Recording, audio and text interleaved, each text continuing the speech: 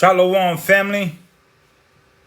I greet you in the name of the Mighty One, the great I am, El Elyon, Yahuwah Sabaoth, the Esher Eyer Asher. Hosanna in the highest. The great I am that I am. I greet you in the 42 name of the Master of the universe, and I greet you in the 72 names of the Master of the universe. Before we get into this lesson, family, we're gonna have to pour some spiritual libation. We're gonna have to cover our energy space. We're gonna have to cover our space because we're gonna get some devils, some hyenas. We're gonna get some swine who's gonna try to come on this message and leave their little comments to try to take away from what we bring in here today. You see, we are coming with evidence. We are coming with books. We are coming with facts. We are coming with research. You see? We're not coming empty-handed giving our opinions. No, we have studied. We have burned the midnight oil. We have tried to unravel the riddle of life.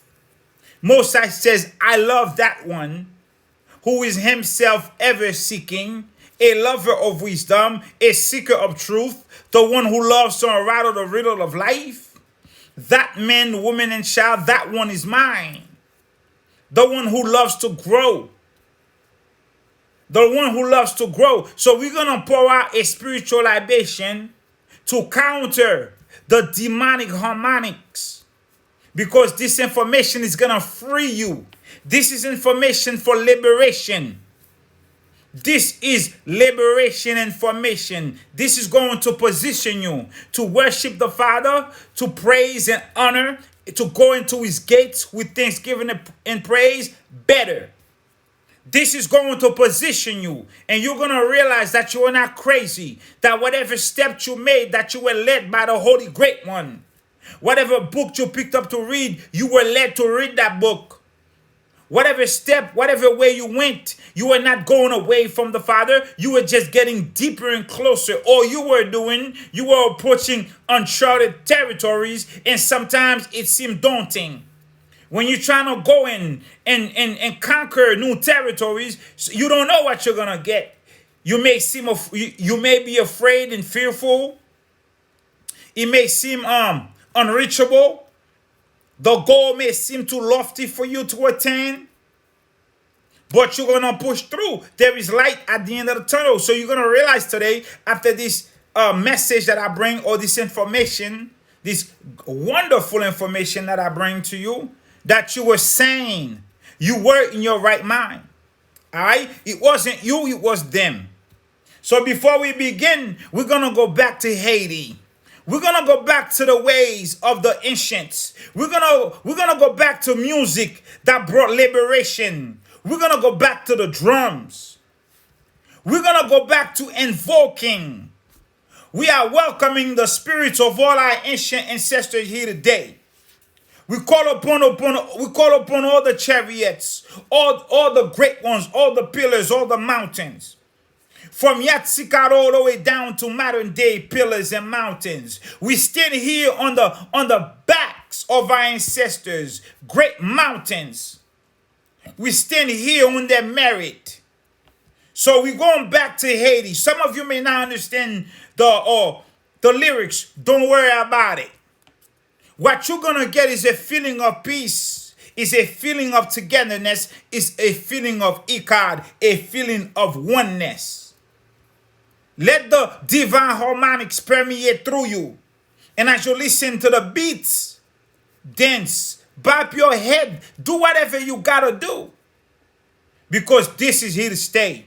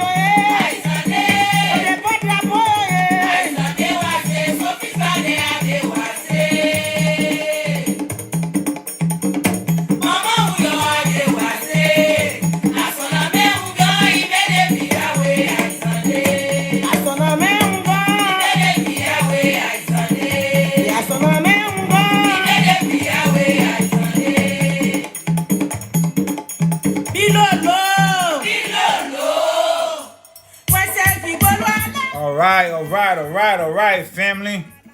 All right.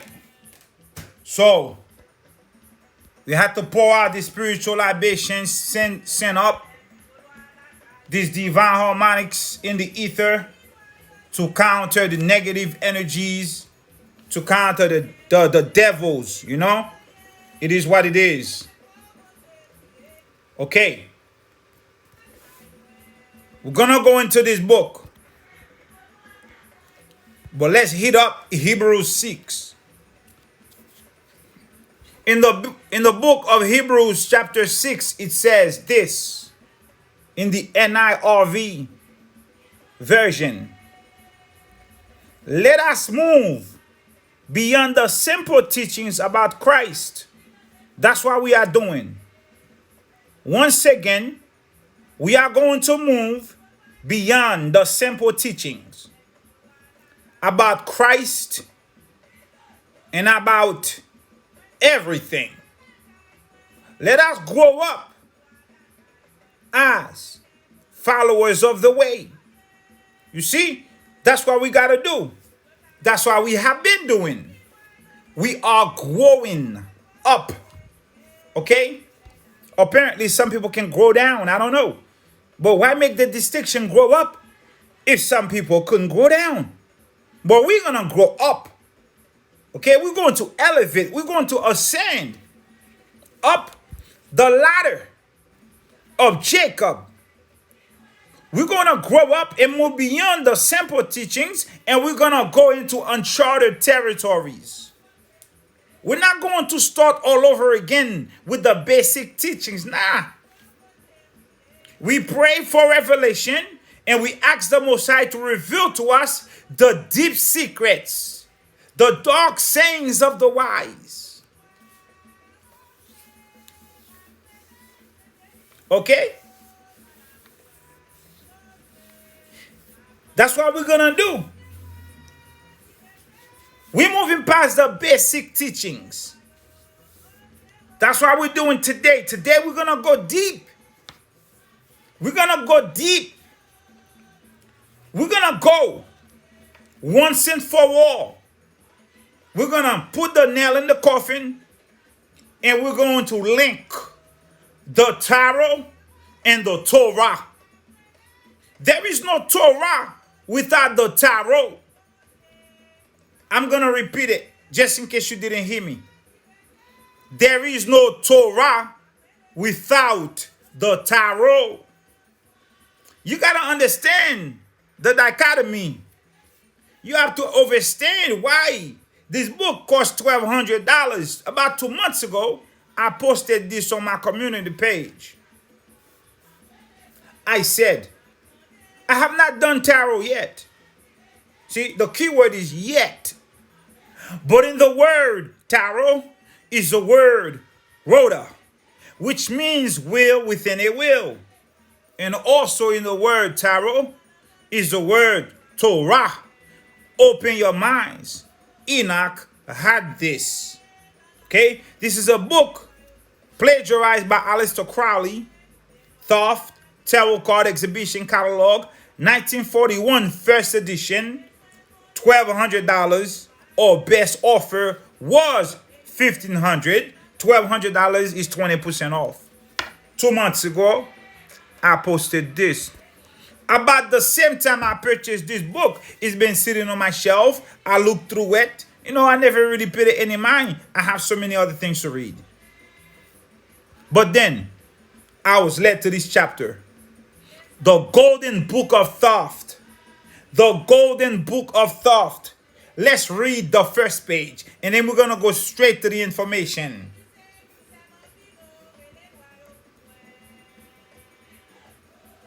The Egyptians regarded Thoth as the personification of the man of God. Now, we already know who Thoth is, right? We don't have to go back and re-explain everything. Thoth is Enoch. Thoth is Hermes. He's known by many other names.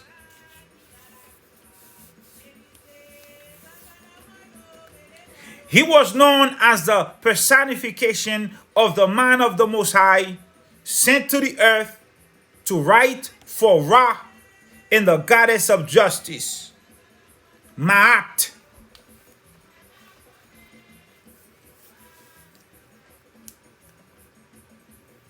He was also the voice of God.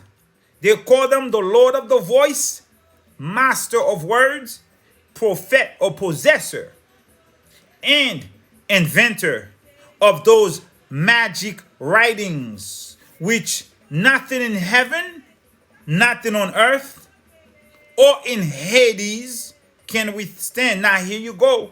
The word Hades right back at you.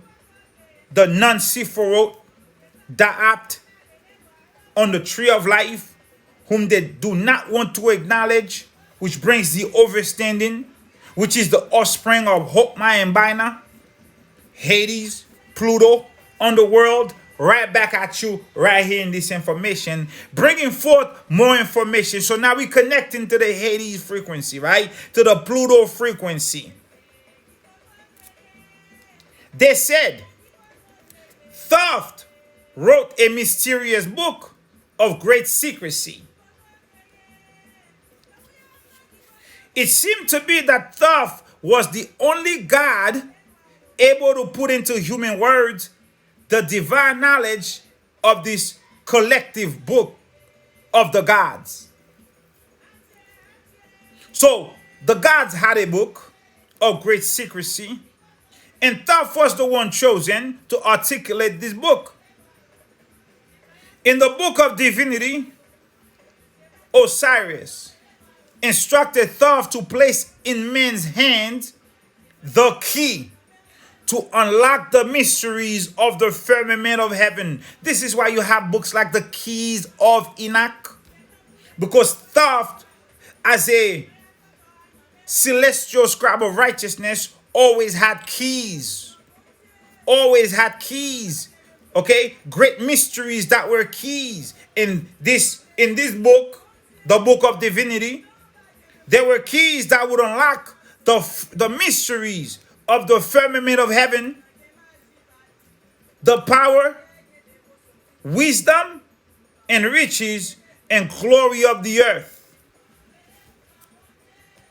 Now, family, we have people on this earth right now who have information that are passed down to them from one generation to another generation to another generation. This information is kept alive by oral tradition all over the mountains of Haiti, all over the Caribbean. You have Druid priests, men who call Ugans, women who are called Mambos, who are masters in the science of plant, botanists, who master matter, people who do necromancy, who talk with the dead, wake up the dead. Listen, if I tell you some of the things that they do down there, it'll creep you out. Okay? Because these brothers and sisters of ours, they're not talking. They don't have time to talk, family. They are applying the knowledge that they give them, that they acquired from grandma, grandpa, granddad, from father, mother. They are taking the time and they are learning and applying all this information to help their fellow brethren. Medicine being shipped out from Haiti all over the world, being shipped out from Haiti to Canada, to New York, to Florida, to Miami, to Orlando, to all places, to Massachusetts. Medicine coming from these mountains, these maroons, these men who occupy the mountain, who are in harmony with nature. They have this information, great mysteries. Okay, they have keys. I want us to get to this level where it's not just about doing a video and presenting books, but we get to the level where we have the knowledge to apply certain things. We are able to learn from legit people who know what they're doing and what they're saying.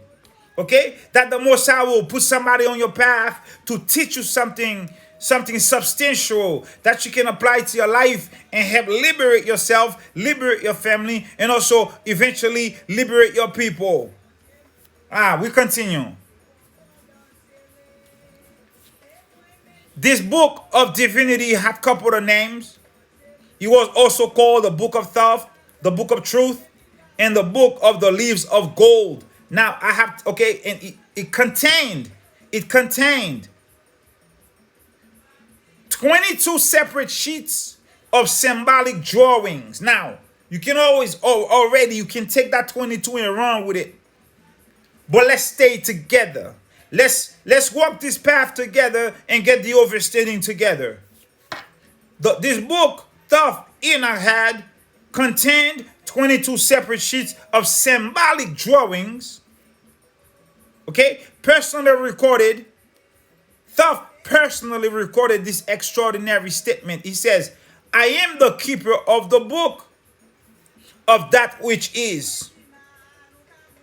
I am the keeper of the book of that which shall be. I am the keeper of the book which make its possessor the equal of the gods. So if you have this book, you become a god yourself. Because this is why they reference him as the only God who was able to articulate this book into words and put this book into words for men to access, for other men to access this book so they can also be as gods as he was. But they have to be willing to do the work. You don't just get this. You got to be willing to work hard and do this, okay? So he said he was the keeper of that, which makes whoever was the possessor of this book equal to the gods. Let's get a little bit more information on this book. This Book of Thoth contains a secret process by which the regeneration of humanity, not the one person, no, the regeneration of the entire human race was to be accomplished. Now, this is not regeneration of a man. No, this is the regeneration of all men. The pages of this book were inscribed with strange hieroglyphic, light pictographs, It had some strange hieroglyphic symbols that gave to whoever was acquainted with them a particular power. Whoever were able to decipher these hieroglyphics, you would acquire a particular power from them. It contained the key to immortality. And when certain areas of the brain saw the symbols of these hieroglyphic, this light pictograph symbols which were inscribed on this book, when your brain, when certain areas of your brain were exposed to these symbols, Something happened in your brain. Your subconscious mind expanded. And whoever was exposed to these hieroglyphic symbols were permitted to access a superior level of knowledge. Now, you know what I mean? Different parts of your brain was activated. You became 248, lacking nothing. All your 248 limbs were illuminated and activated, and you were able to access a superior knowledge, a superior level of da'at, a superior level of knowledge. So you connected with the Sephiro on the tree of life called da'at. Okay?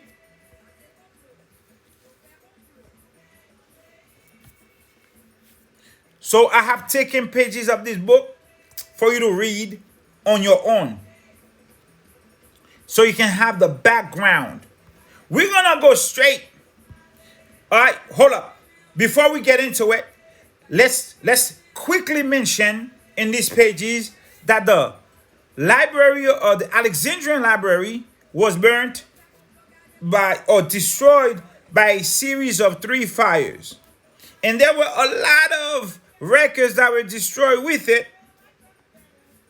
But there were also 700,000 rolls of records bound in wood and fireproof parchment that were not destroyed. You know, they were lightly touched by the fire, but they also were repaired. Manuscripts of great proportion, okay, that were repaired. And Enoch, he's also known as Serapis. Thoth is also known as Serapis. He also had a library called the Seraphim in Alexandria. And that library was destroyed, okay, much later when Enoch was no longer on the earth also. So there's a lot of record from the Seraphim in Alexandria library, okay, a building sacred to Serapis, which is Enoch, which is Thoth, that was destroyed. But now we know that the 700,000 rolls bound in fireproof parchment was not destroyed, but was kept by the Rosicrucians. I told you maybe 5 months ago, the Rosicrucians have a lot of your records. After the destruction of the Seraphim, the body of attendant priests bended themselves together to preserve the 22 serpent secrets of the rites of Serapis. Now remember, the Book of Thoth, the Book of Truth, the Book of the Leaves of Gold contain 22 separate sheets of symbolic drawings. So after these fires, these priests bended together and they said, how we going to protect these 22 serpent secrets of the rites of Serapis? How are we going to preserve them? Okay? The descendants carrying with them the most precious of the volumes saved from the burning library.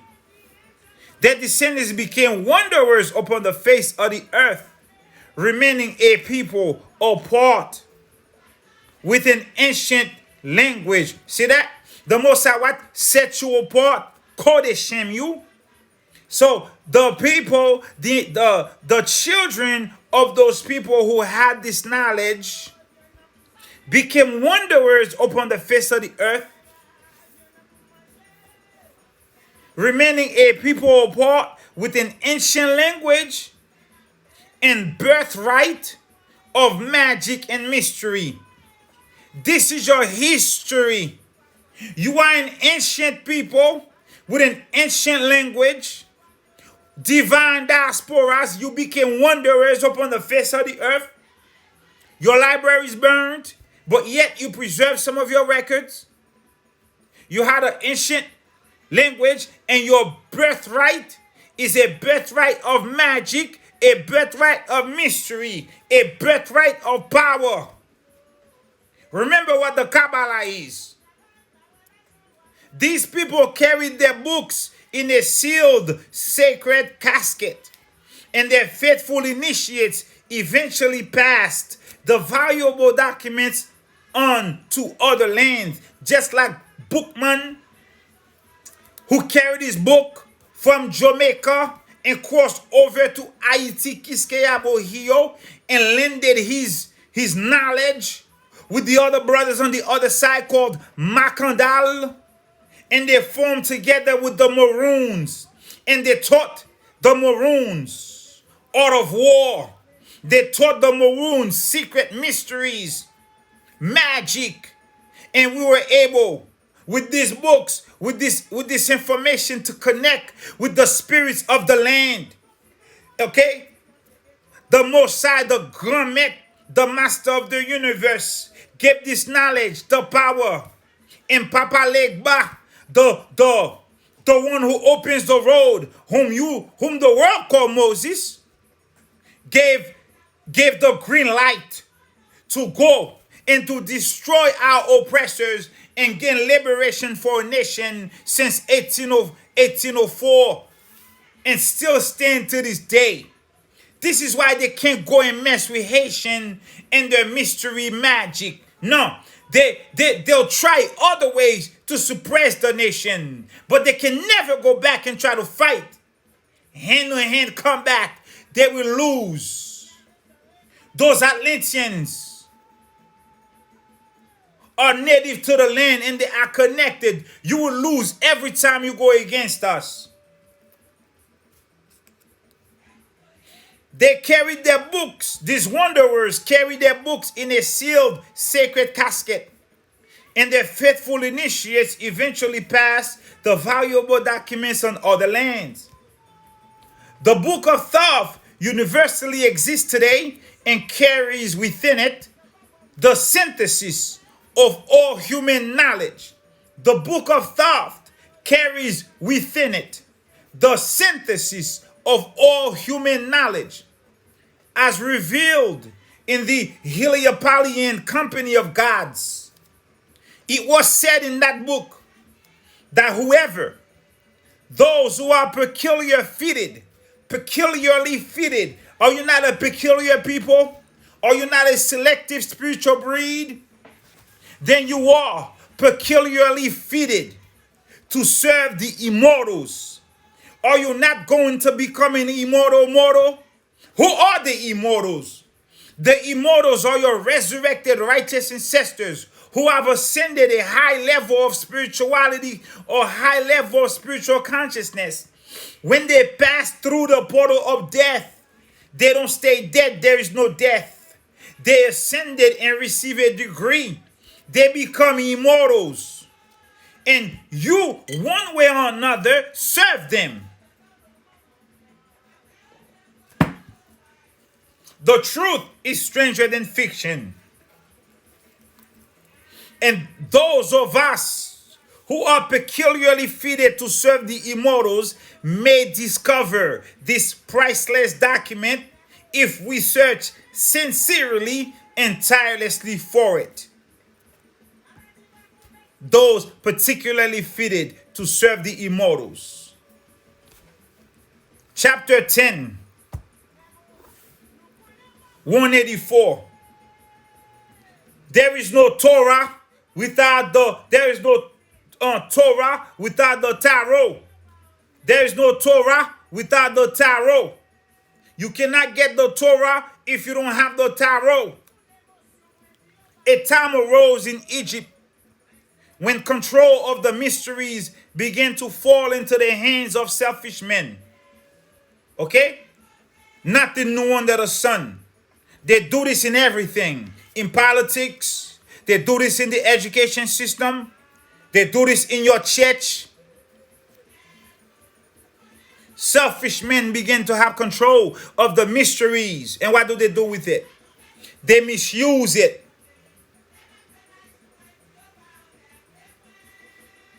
For their own personal ends.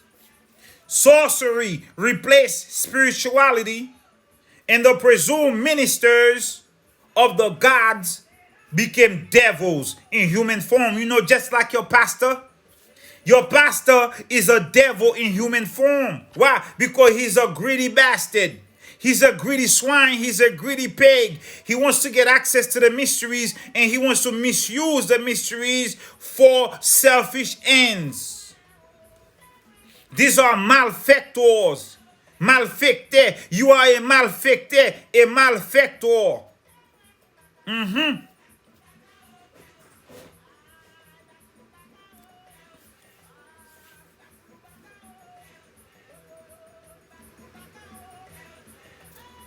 The mysteries began to lose their true character and their high purpose. Worthy candidates became hard to find, and qualified hierophants all but ceased as a body to exist. In the secret teachings of all ages, it says in the Kabbalah, year after year, worthy candidates, the people that can understand the mysteries in the Kabbalah, become fewer and fewer. Worthy candidates became hard to find, and qualified hierophants, qualified masters, all but ceased as a body to exist.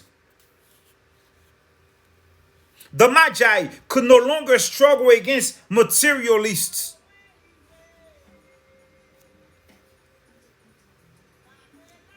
They held an assembly to discuss how to save the Book of Thoth from oblivion. So this is what happened. A council was held. How do they preserve the Book of Thoth from oblivion? In the Koran, in the very first chapter, the ancient says, this we give you. This we give you. What it says, this we give you.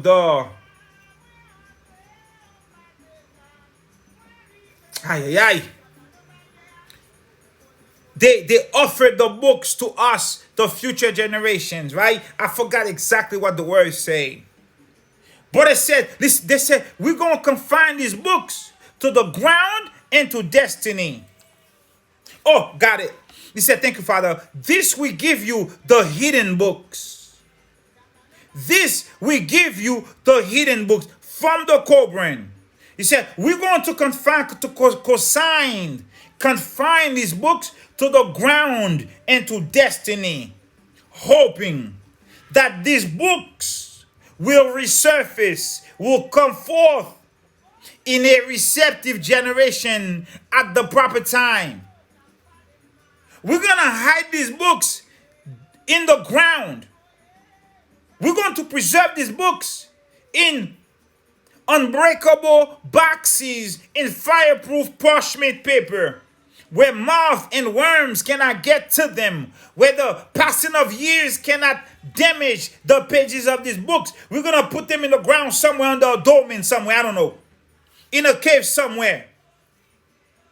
And we're going to hope that these records will resurface sometimes in the future at the proper time, in a receptive generation, among men and women who know the value of them, who not misuse them for selfish ends. He said, this we give you. So a council was held. How do we preserve the Book of Thoth? Who open one look, one subconscious can be altered.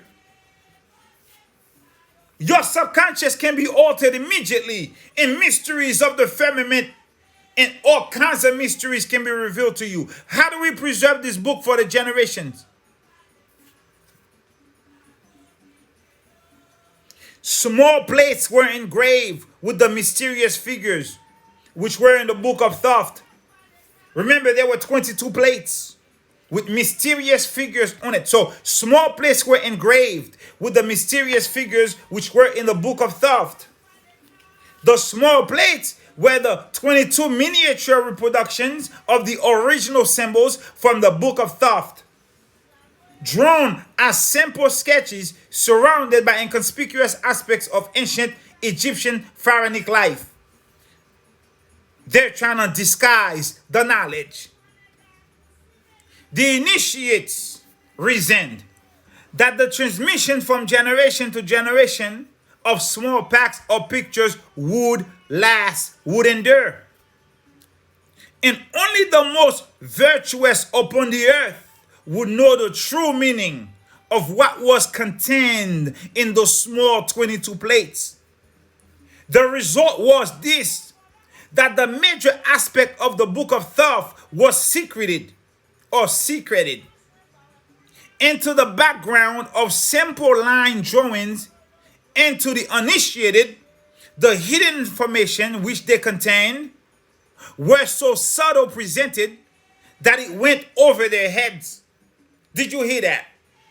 They concealed the information in a way that if you were not a hierophant, if you are not the most virtuous upon the earth, even if it was in your hand, the hidden information which were engraved on the small 22 plates, they were so subtly presented that it would go over your head. You would not even understand what you're looking at. I'm going to show them to you in a second.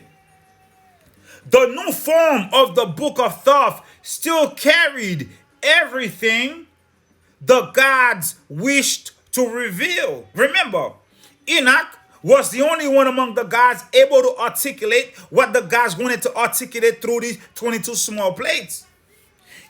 So they're saying here to you, the preserved copies still contained everything that the gods wished to reveal.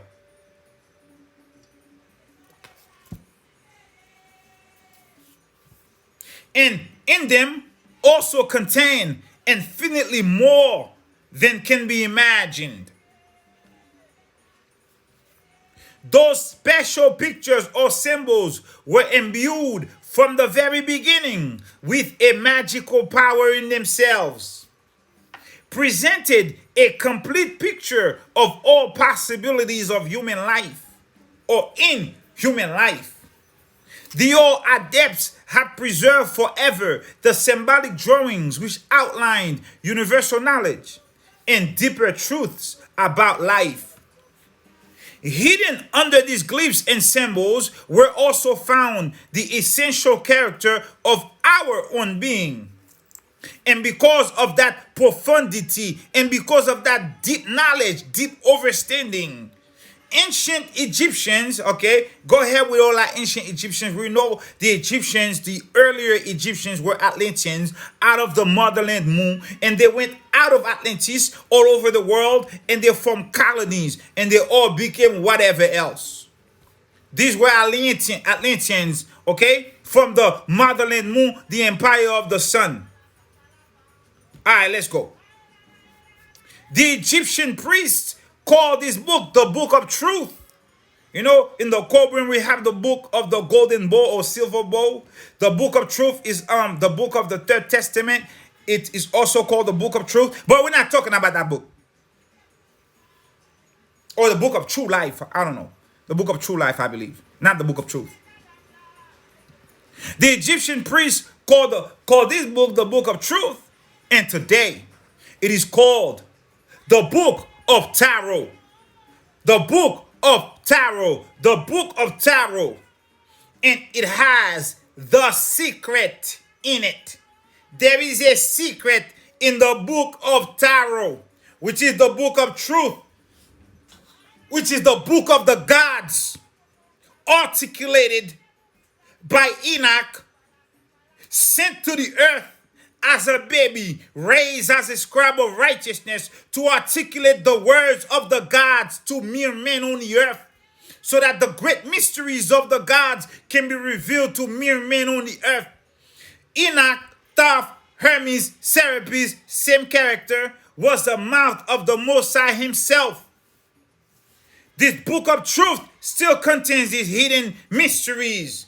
Today, it is called the Book of Tarot. And it has in it the secret. It has the secret. What is the secret that is in it? We're going to get into it.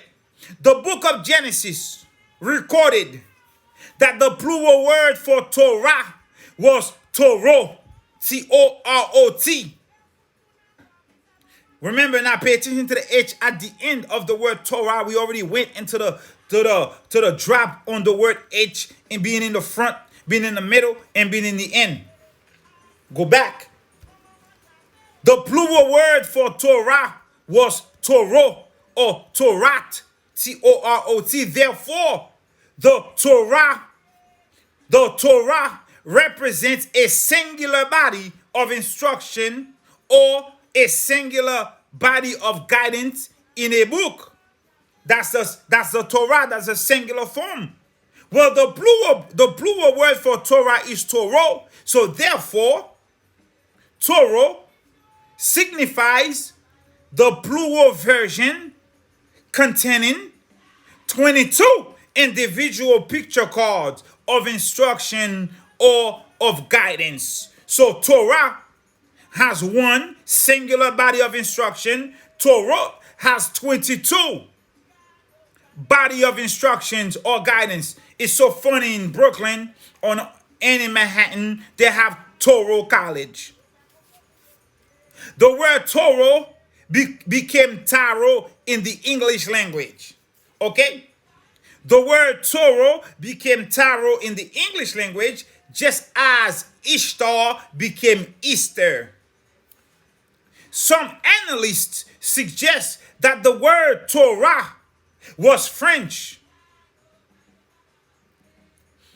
French origin by a dude called Gustave Meyrink in his book, The Golem. Now we already know. You see that right there? What's already understood does not need to be explained. But for any golems who think they're going to come on this message to try to shut it down, to try to say, oh, the Torah is not the Torah, or the tarot is not the Torah, you can have your opinion, but bring some facts, or sit down and learn something you probably didn't know. In the book, The Golem, the Torah and the tarot has the same meaning as the Hebrew word Torah. The tarot, T-A-R-O-H, or tarot, T-A-R-O-T, has the same meaning as the Hebrew word Torah, T-O-R-A-H. Here goes your Torah. Here goes your tarot. They go hand in hand. Let's go deeper. All right? So now, hold up. This is great information. For all of you who have been dibbling and dabbling in the tarot, probably you didn't have the proper understanding of what you were doing and how it relates to the scriptures of Hashem. Here you go. Free yourself with this information. The tarot is the same. But let's go deeper. There is a very delicate, deep profundity of relationship. How all these words have a very intimate relationship, and it's going to bring liberation to your mind. For centuries, the mystical art of tarot has alerted humanity to a greater truth. Hold up. The mystical art of tarot has alerted humanity to a greater truth. What has alerted humanity to a greater truth? The mystical art of the tarot. It has alerted you and I to a greater truth. Better than the dogmatism of conventional religion, of conventional thought. The tarot is a symbolic storybook of timeless wisdom. What is the tarot? The tarot is a symbolic storybook of timeless wisdom in which lies an interpretation of everybody's own unique life experiences. In the tarot, which is a symbolic storybook of timeless timeless wisdom. Why? Because this wisdom came from the Seraphim. This wisdom came from the kingdom of lights. The tarot wisdom came from timeless dimension. In it lies the interpretation of every person's own unique life experiences.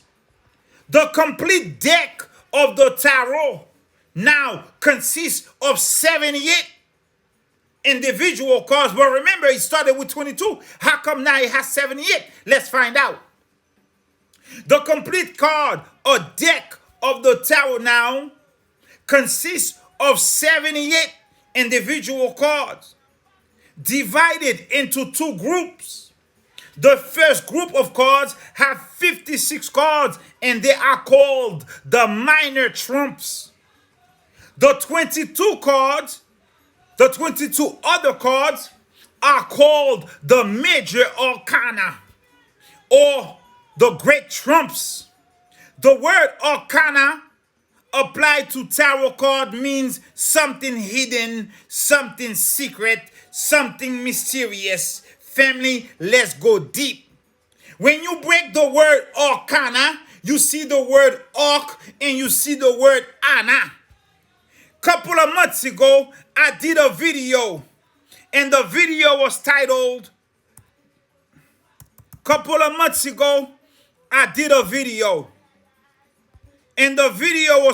this. Every step is being led by the Most High. Every step, Noah's ark was lifted by the Seraphim and carried to another dimension and returned back to the earth. Noah's ark. Ark. In the word arcana, you see the word ark. Who carried the proper ark to the earth? The Seraphim messengers. And what do the word arcana stand for? Hidden, secret, or mysteries. So now we have the word ark and we have the word Ana, which means the Anabekoak, which means the city of Anathoth, which means the city of Anaway in the book of the remembrance. So we're going to go into the keys of Enoch and we're going to get the breakdown on the word ark so we can link Arcana or ark with the Seraphim messengers and the Ophanim messengers, and we're going to get the mysteries, the hidden secrets. We're going to go to chapter, the key 303, Keys of Enoch 303, page 361. It says, beloved, the Most High says, I am calling your mind. Who's calling your mind? I am. The great I am that I am is calling your minds. Where? Forward. Forward. Just like in Hebrews 6 we just read, we have to go forward. We have to go up, ascend up, move beyond the lightweight teachings. We got to go deep. We got to go down to the halls of immensity and renew our mind. Beloved, Most High says, I'm calling your minds forward to the eternal present. The Lord of lights has sent his messengers of light to do what? To reveal to you angelic hierarchy, his angelic emissaries, his angelic hierarchy. So let's connect Arcana with the Seraphim messengers. Who are the Seraphim messengers? Once again, we've done this already, but let's connect it one more time. Keys of Enoch, page 367, keys 303. The Seraphim open men's eyes. They do what? They open your mind's eye because you are blind. You walking, you sleeping on yourself. So the Seraphim messengers come to open your eyes. To what? To the work of the government of the higher evolution. Without receiving the baptism. Oh no, forgive me. Let's start up here. The order of the Seraphim is the order of light messengers, who are the princely guardian intelligences. They are the princes who guard celestial intelligences. They control the major pictographs.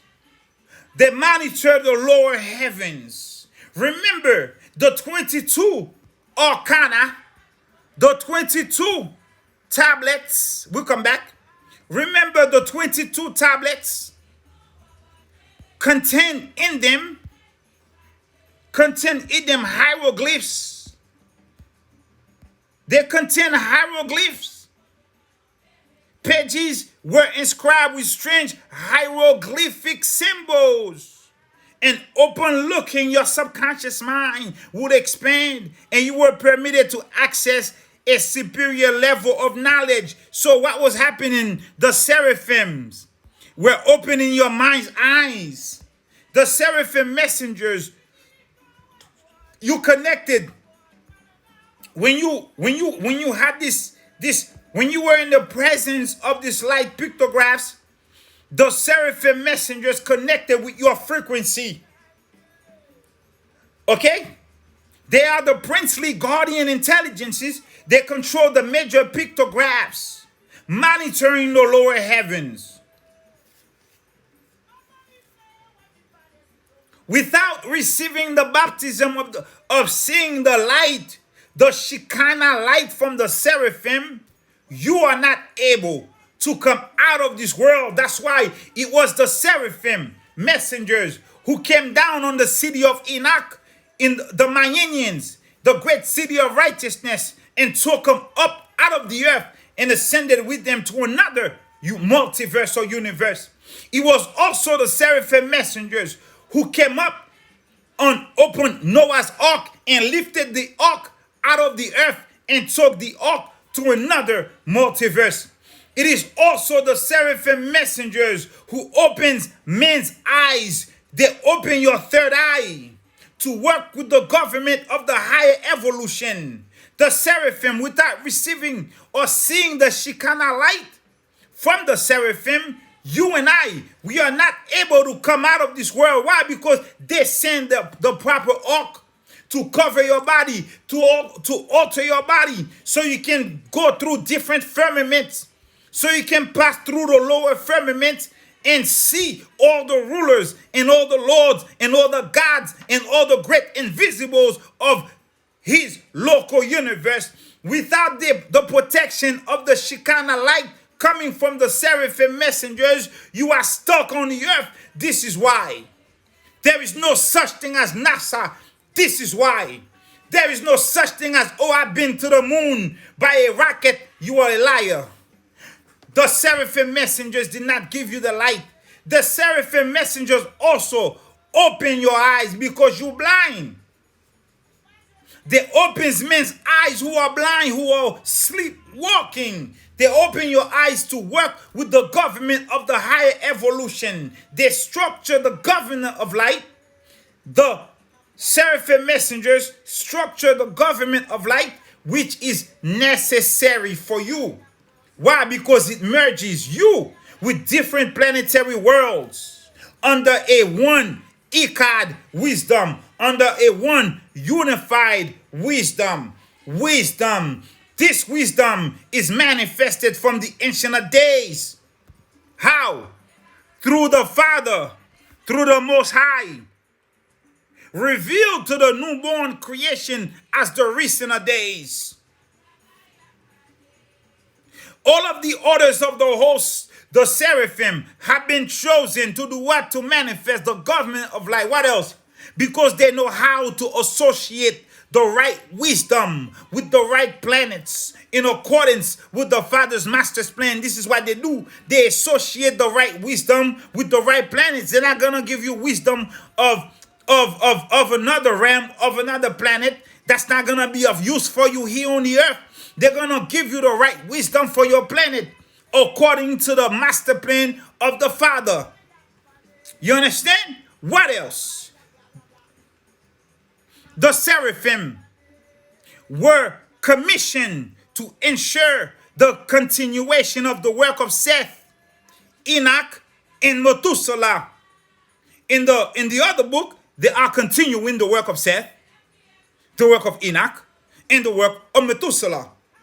Okay? The seraphim lifted the ark of Noah and his seed into the heavens and then returned it back to the earth after the deluge, after the flood of Atumah. The seraphim protects the hokmah, is to protect the wisdom. One of the seraphim job is to do what? Is to protect the hokmah, is to protect the wisdom, and to protect the holy seed. Why? How? By summoning forth the proper ark and seeing to the readaptation of life upon this land during all Noah-like deliverances where the intervention of higher intelligence is necessary. We are now at the cusp. We are now at the precipice of a Noah-like deliverance. This is the time of the seraphim. Remember, in the month of Nisan, the seraphim approach the world of spirits and they intimidate the devils. They intimidate the lower entities to leave us alone on the earth. The seraphim approach the world of spirits and they intimidate the lower intelligences to stay the hell away from the people of God. Who else is responsible for celestial documents? The order of the cherubim.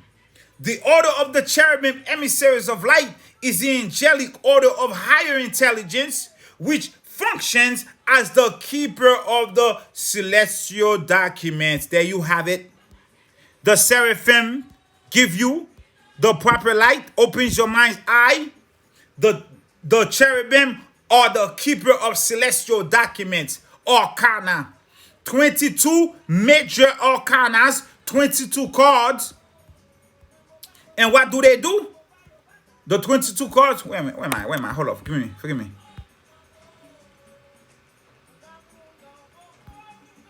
The 22 cards of the major arcana. Now we broke the word arc. And now because we know once you have the arc, you gotta have the seraphim and the cherubims, because it deals with hidden secret. It deals with mysteries, and you cannot understand, overstand, and understand secrets or mysteries unless your third eye is open, your mind's eye is open, and that can only be opened by the Shekinah light coming from the seraphim messengers. And once your third eye is open, the cherubims, the keeper of celestial documents, will reveal to you the secret mysteries therein, and you will be able to get the drop.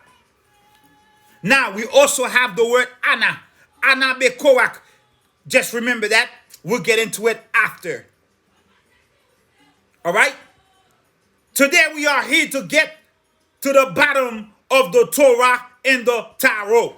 This is why we're here. The Torah and the Tarot go together like white on rice. The word Arcana means something hidden, secret, or mysterious. The modern deck of the Tarot is a profound symbolic performance, for its arrangement is in accord with the divisions of the year. Two colors, remember the word divisions. Two colors, red and black, represented two grand divisions of the year,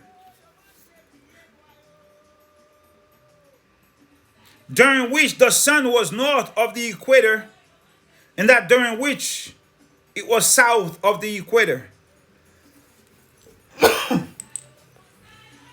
Excuse me.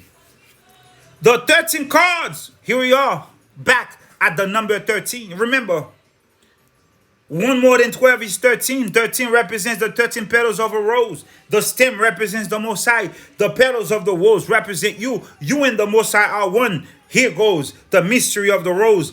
The 13 cards of each suite were the 13 lunar months in each year. This Memsa Yasharala, shout out to you. And another sister, you guys mentioned in a comment in my last video that there were 13 months. Somehow I didn't notice. Thank you. The 13 cards of each suite were the 13 lunar months in each year, and 4 separate sets of 13 cards represented the 52 weeks in the year. However, the 22 major arcana cards are the main interest in this study. Oh yeah, we ain't gonna talk about anything else. We here for the 22 major cards. What you're about to find out is that the 56 other cards have nothing to do with the deck. The 22 major cards of the Arcana are the main interest in this study. There is evidence that the 56 minor trumps, what is there? Evidence. No. There is opinions. No. There is evidence that the other 56 minor trump cards were added to the 22 major cards at a much later date. Why? The purpose was to conceal the importance, the value, to conceal the importance of what the 22 major cards really were. So we took 56 other cards to conceal 22 primary cards so that it would not fall into the hands of swines, so that the secret mysteries can remain hidden and not understood in the hands of greedy ministers and others as such. It is believed the first migrants. Now, family, we're going to go to different places. Let's go deeper. It is believed that the first migrants from Egypt traveled as far west as the British Isles. And those people came to be known as the Gypsies. The Gypsies carried with them the precious Book of Thoth. Through the Gypsies, Thoth's book of symbols was traced back to the original gods of Egypt, the Atlanteans. Through the Gypsies, let's rephrase that. Through the Gypsies, through the Gypsies, wait a minute. Thoth's book of symbols was traced back to the original gods of Atlantis. For the origin of the name Gypsies or Gypsies is a synonym for Egyptian or Atlantean. Okay? They were called Egyptes or Atlanteans in medieval times, and that became Gypsies. So for the sake of the book, let's read it as it is. The origin of the name Gypsy or Gypsies is a synonym for Egyptian. Now we already know it's not. Atlanteans. They were called Atlanteans or Egyptes in medieval times. And it became Gypsies by natural linguistic process. The Gypsies possess a Bible. Here it is, family. Do not fall off your chair. The Gypsies possess a Bible. Yet, the Bible that the Gypsies possess is called the Tarot. The Tarot, which is the Bible of the Bibles. Remember, the Tarot has 22 major cards, of which are the major arcana. 22 very symbolic pictographs constructed by the god Thoth himself. The Bible of the Gypsies, preserved from antiquity. The Gypsies possess a Bible. The Gypsies possess a Bible, and it is called the Tarot. The Tarot, which is the Bible of the Gypsies, is the Bible of Bibles. The Tarot, which is the Bible of the Gypsies, which they possess, is called the Bible of the Bibles. It is a marvelous book. It is an immense book of antiquity. 2 Nephi 29. Let's go to 2 Nephi 29. 2 Nephi 29. 2 Nephi 29. Let's talk about the Bible.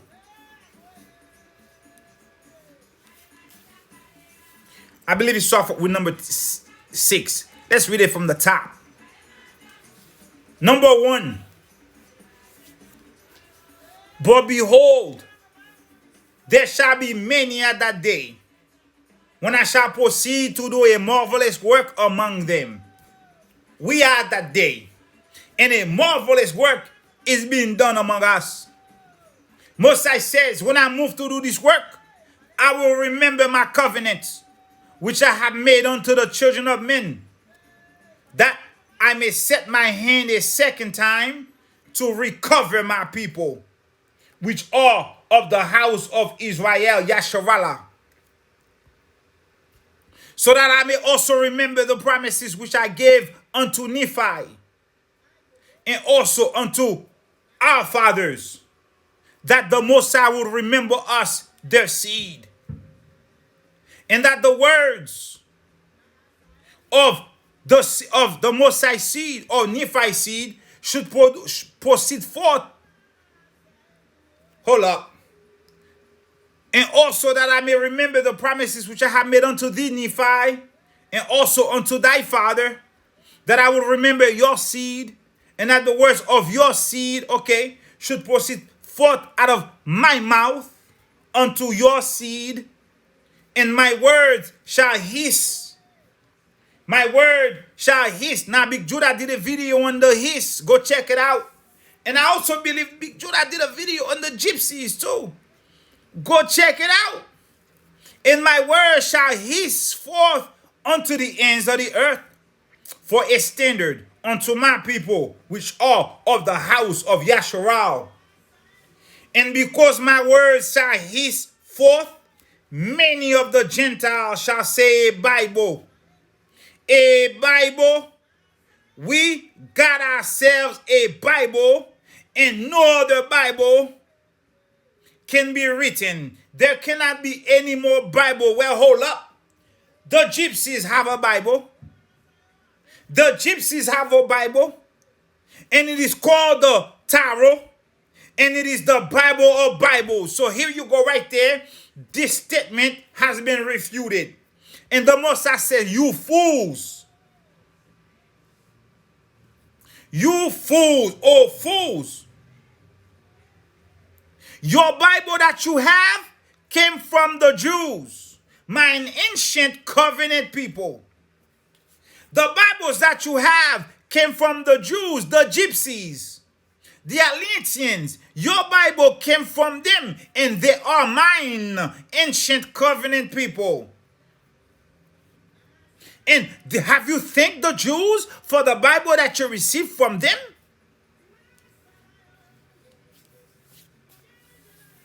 Do you remember the travails of the Gypsies? Do you remember the travail of the Jews, mine ancient covenant people, or Gentiles? Do you remember their labors? Do you remember how they try how they work to preserve those precious records going back from antiquity? Do you remember that? Do you know the work that went into preserving these records, assigning these records to time, to destiny, hoping that they will come forth in a proper time, in a receptive generation? Do you remember the travails of the Jews, how their libraries were burnt in Alexandria? Do you remember the pains of the Jews? No, Gentiles, you don't. Do you remember the diligence unto me in bringing forth a Bible unto you, in bringing forth sacred records unto you, in bringing forth the mysteries unto you, in bringing forth salvation unto you, Gentiles? Do you remember that? Have you remembered the Jews, the Gypsies, mine ancient covenant people, or you Gentiles? No. Moses says, you have not remembered them, you have cursed them, and you have hated them, and you have not sought to recover them. You have not sought to recover them. You have not sought to recover them. But behold, I will return all these calamities upon your heads. Moses says, for I have not forgotten the Gypsies, the Atlanteans, the Jews, the Hebrews, mine ancient covenant people. I have not forgotten them, a Bible. You murmur. You murmur because you receive more of my word. Don't you know that I can cause more to be written? Moses says, I give my words to everybody. I speak my words unto the Jews, and they shall write it. I speak my words to the Nephites, they shall write it. I speak my words to the other tribes of the house of Yasharallah, and they shall write it. And I speak my words unto all nations of the earth, and they shall write my words. And it shall come to pass that the Jews shall have the words of the Nephites, the Hebrews shall have the words of the Gypsies shall have the words of the Atlanteans shall have the words of the Nephites shall have the words of the Jews shall have the words of the lost tribes of Yasharallah, and the lost tribes of Yasharallah shall have the words of the Nephites, the Jews, the Gypsies, the Atlanteans. The Most High says so. The Gypsies have a Bible, and it is called the Tarot. The Tarot contains the 22 major Arcana and 56 other cards to hide, to conceal the 22 major Arcana cards. And these major Arcana cards have something hidden, have a secret that is mysterious. We're going to get it today. Okay? The Bible of Bibles, the Tarot. It is a marvelous book of immense antiquity. This collection of the Tarot, the Bible of the Gypsies, has formed the basis successively. It has formed the basis of secret teaching of all ancient peoples. The Bible of the Gypsies, which is the Tarot, which is the Bible of Bibles, is the foundation, the basis. Successively is the foundation, the basis of secret teaching of all ancient peoples, Jews, Gentiles, whatever else. This Tarot of the Gypsies, which is the Bible of Bibles, is where you got your shit from. Is where you got all your stuff from.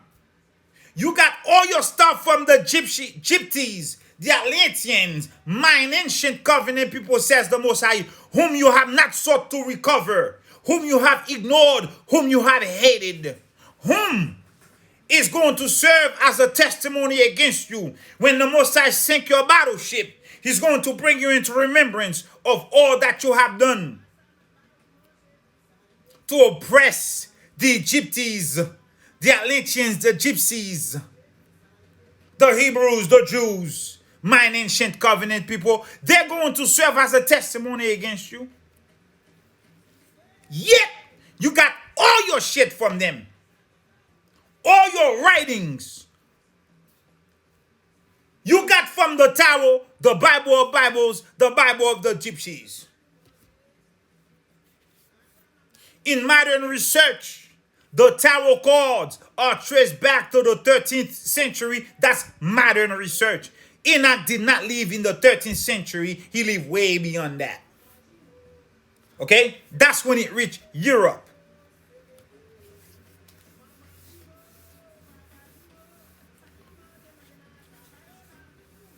Okay? We also got Angel Raziel, who's also an angel that reveals mysteries, that goes and reveals mysteries to Adam, to Noah, to Shem, to Abraham, to everybody. All right? Let's keep pushing.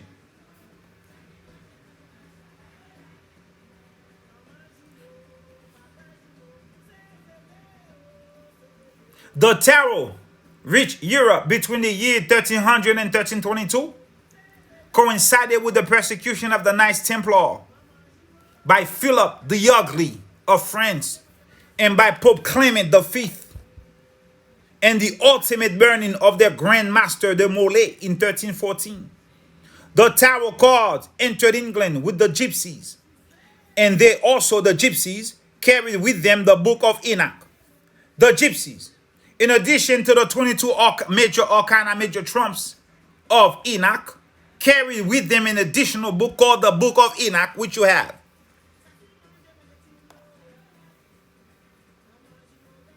The Gypsies are described as an outlandish people, calling themselves Gypsies, who do not profess any craft or trade, but they go about in great numbers with secret books. This is what we do. Our people always have secret books, hence bookman experience. And also in the book, what's his book name? What's his book name in the Apocrypha? The son of Jesus who inherited the book from his father, Ecclesiasticus. Thank you, Father. Ecclesiasticus. This dude had he also had a book that he inherited. This is what we do. A book of secrets. These Egyptians go about in great numbers with secret books. Okay? Remains of the original tarot designs can be seen today in the ruins of the temples of Thebes, particularly on ancient ceilings in the halls of the palace of Medinet Abo. Moreover, the 22 major cards are also found parallel in the Book of the Dead, which I'll show you. There are two books of the dead. We have the Hebrew Book of the Dead, and we have the Egyptians Book of the Dead. The great spiritual understanding. Okay, let's finish that. Forgive me.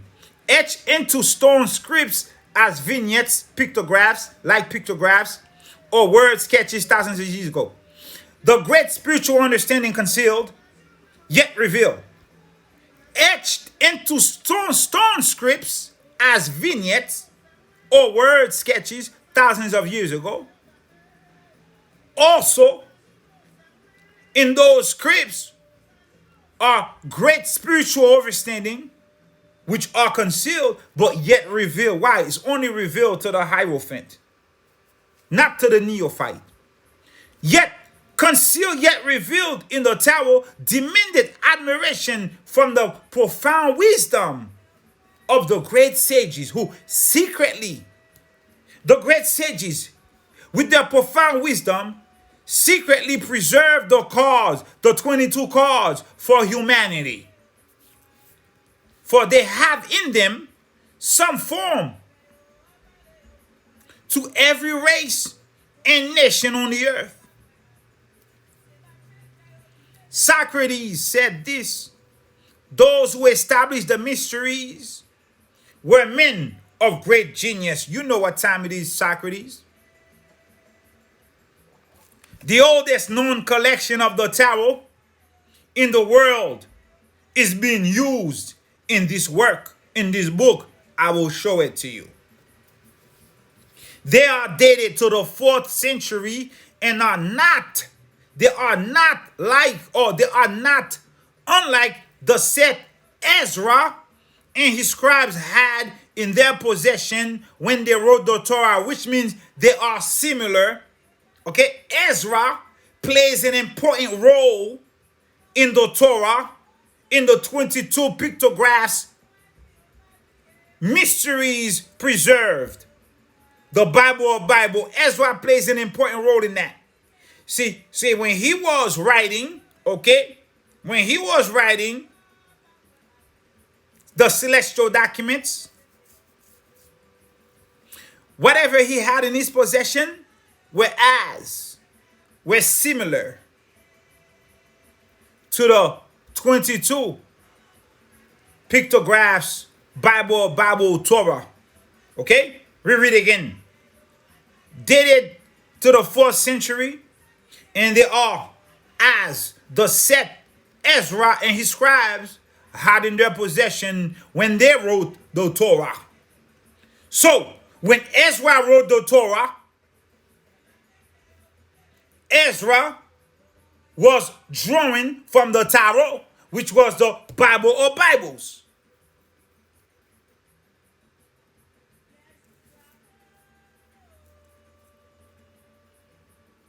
He was the mouthpiece. No, we're not going to read that. We read that yourself. Okay, hold up. Let's read it. Under the pseudonym of Jean-Baptiste Petro, he was an initiate who wrote one of the best books or works on the tarot. In History of Magic, he described a ritual initiation into the Egyptian mysteries in which a leading role was played by the pictures of the 22 major cards. So he's about to show you what happened. Okay? This is the initiation ceremony here on the top. It goes, the neophyte enters a long gallery which were supported by columns in the form of 24 sphinxes. 12 sphinxes on each side of the gallery. And on each part of the wall between the sphinxes were paintings, frescoed paintings, representing the mystical figures and the symbols of the greater Arcana. These 22 pictures face one another in pairs. As the neophyte was escorted past the 22 pictures of the gallery, he received appropriate instruction from his conductor, consisting of an interpretation of the symbolism on the arcanas. Each arcanum, that's singular, made visible and tangible by each of these 22 pictures, is a formula of the law of human activity in its relation to astral and physical forces, the combination of which produces the phenomena called life. So these 22 pictures of the gallery, these 22 pictures of the major trump arcanas, described everything which concerns your life, whether it be here on this earth plane or whether it be in the celestial realm, which deals with the activity of astral forces.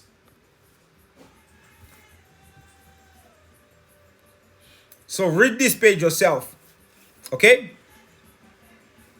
Let's see. Let's go down here.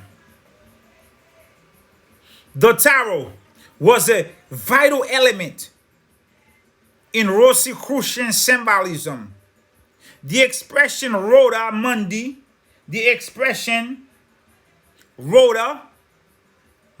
is a secret term. The word Rhoda, by rearrangement of its letters, become Tarot and Torah. This is how the Rosicrucians preserved it themselves, right? Hijackers. The numbers 22, 56, and 78 are directly related to the division of the Tower deck, because 22 plus 56 equals to 78. Okay? The 22 major arcana cards are directly linked to the vital physical aspects of the Aissa, the Giza complex. Okay?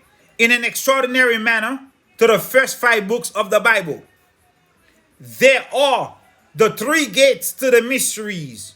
What are the 3 gates to the mysteries? The Bible, the Tarot, and the Great Pyramid. The 22 major tarot cards must be considered first. Why? Because they came first. They must be considered first and separate. Okay? They must be considered firstly as separate and as complete hieroglyphs. Each card represents a distinct principal law. Each card represents a distinct power. a distinct element of nature. Secondly, they must be looked upon in relation to each other. Even though you have to look at them as separate entities, they also have a relationship with each other. Okay?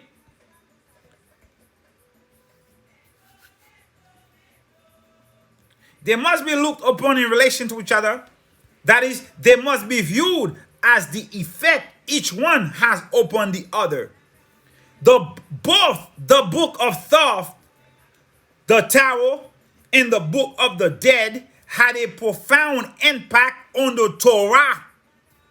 Both the Book of Thoth and the Tarot, the Book of Thoth, which is the Tarot, and the Book of the Dead had a profound impact on the Torah. And the Book of Thoth, which is the Tarot, and the Book of the Dead, provided the reason for the Bible coming into existence. Did you hear that? This is why Ezra, when he was writing the Torah, they tell you here that the Tarot whereas the same record that he had in his possession when writing the Torah.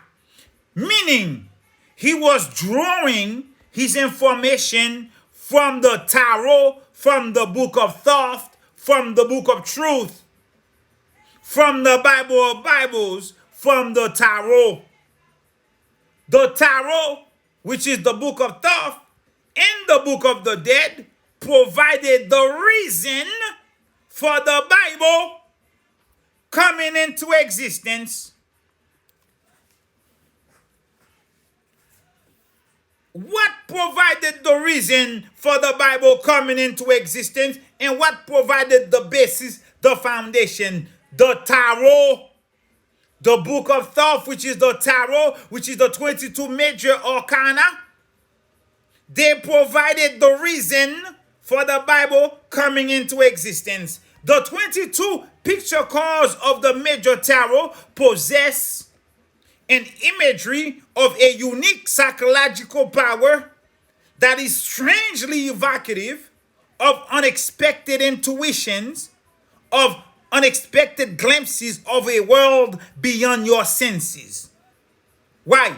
The reason for that is that these 22 picture cards of the major tarot possess the same cosmic element that gave the Bible its reputation of being a divine book. Just as the 22 letters of the Hebrew alphabet possess a certain cosmic energy, okay? So is the tarot, but the tarot came first, and we're going to get into it. The tarot possess the same cosmic element that gave the Bible its reputation of being a divine book. Therefore, the tarot is a divine book. It possesses the same cosmic element that gave the Bible its reputation of being a divine book. But remember, the tarot, the major tarot, must be considered first before the Bible. Because when Thoth existed, there was no such thing as a Bible. There was the tarot.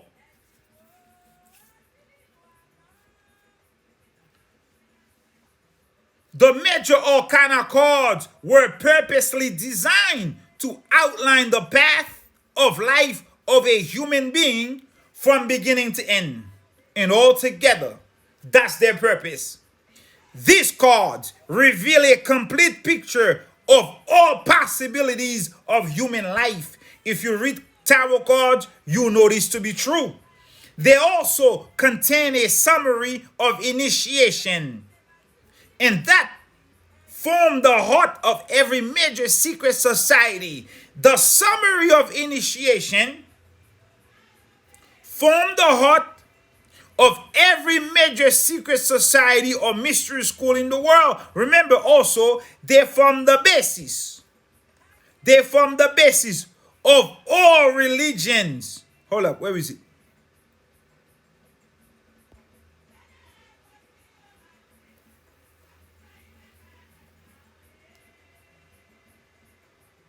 They form the basis of all secret teachings of all the ancient peoples, everybody. And now you heard that this initiation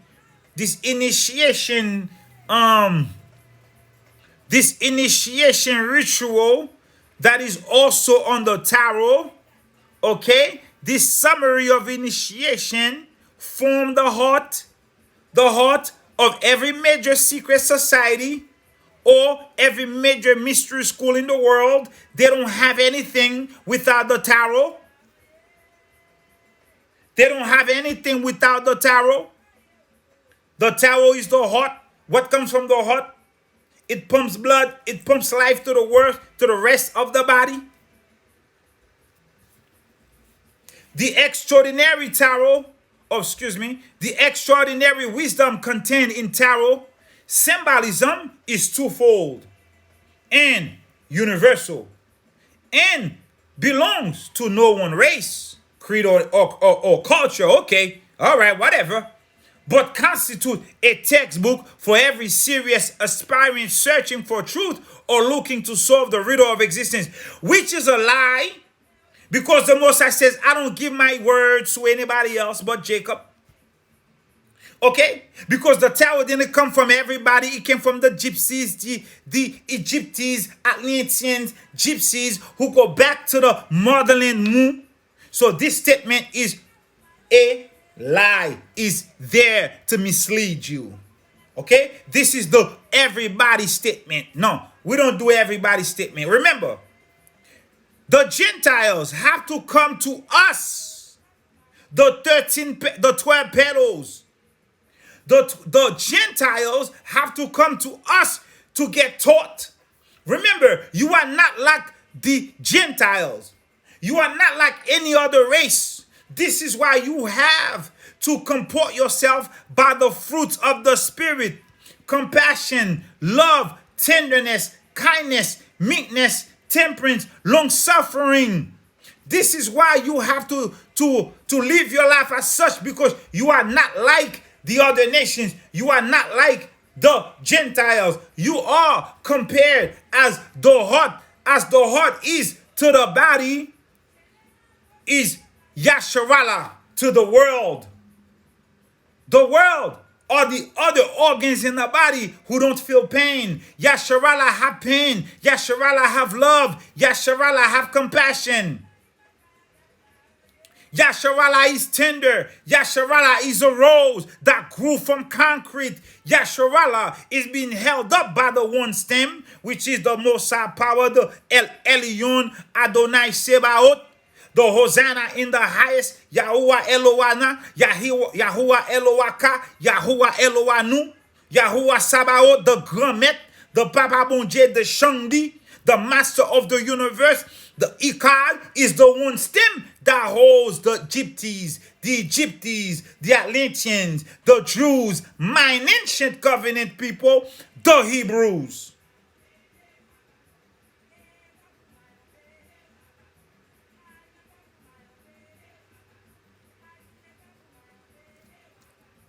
Do you want it? It is not universal. It's twofold, but it's not universal. It belongs to one race. It does not belong to everybody. It belongs to one creed. It belongs to one culture, because the people who had it, they go about in great numbers with secret books. Okay? Don't play yourself. We have comprehension here. Watch this.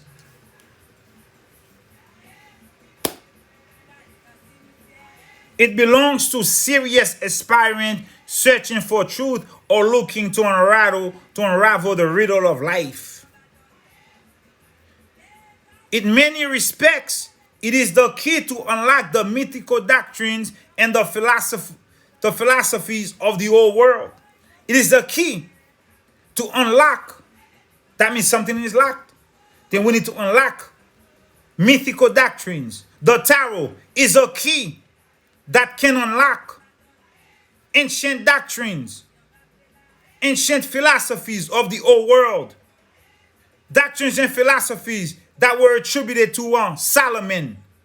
And it was called the Arcana of the clavicles of Solomon. Philosophies of the old world. And was at one time called the Arcana of the clavicles of Solomon. Now, we're going to go deeper. Family, we're going to go deeper right here. Watch this. The 22 letters of the Hebrew alphabet, not alphabet. Alphabet is a Greek word. Whenever you say Hebrew, you cannot say Hebrew alphabet. You have to say Hebrew alphabet. Because the Most High is not the Alpha. He's not the Omega. The Most High is the Aleph.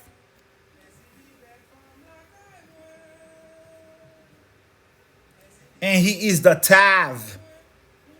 The beginning and the end. The first and the last.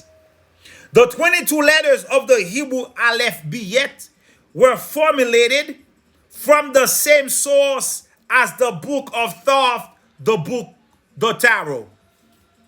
And the secret to unlocking that mystery was ciphered into the Bible. There you go. The 22 letters of the Hebrew alphabet were formulated from the same source as the Book of Thoth was formulated. And the secret to unlocking the 22 letters of the Hebrew alphabet is right now on your desk, in your house, by your bed, in your Bible. The 22 picture cards directly represent the 22 letters of the Hebrew alphabet in which the Torah was originally written. The Torah was originally written in the 22 picture cards, which was the Tarot, which directly represent the 22 letters of the Hebrew alphabet. This is where the Torah come from. The Tarot, which leads to the 22 Hebrew alphabet, which leads to the Torah of today, originally written from the 22 picture cards of Thoth, the 22 major arcana. For each of the letters, there is a corresponding major tarot card.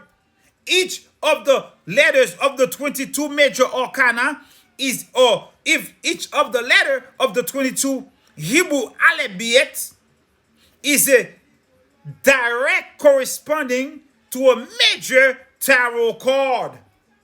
They go hand in hand. There's not one without the other. A number from 1 to 22 in a particular and direct sequence. The 22 major tarot trumps and the 22 letters of the Hebrew alphabet cannot be synchronized without the first fixing the correct position of the unnumbered or the zero card. Right? So it's 22 cards, one of which is called the unnumbered or the zero card or the Fool. It has a symbol. They call it, a modern name for it is a symbol now called the Fool. But originally it was called the Madman. The Fool, which is in the tarot, was originally called the Madman. Okay? It is the zero card. But to properly get the drop, you have to place it properly among the other cards. Okay? Reread again. The 22 major tarot trumps and the 22 letters of the Hebrew alphabet cannot be synchronized without first fixing the correct position of the Madman, of the Fool, of the unnumbered, of the zero card. Just like that was a non-cipherable you cannot really get the proper understanding of the tree of life unless you position that where it needs to be on the tree of life between Hokmah and Baina. That is positioned on Highway 13, Ley Line 13, Route 13, Road 13, Path 13, 13th Path of Wisdom. Is that you gotta fix the fool, the madman, the zero, the nun, the unnumbered card properly to get the drop. Let's go. Okay, now. See my note at the bottom? Only a few people would understand that. Let's leave it like that.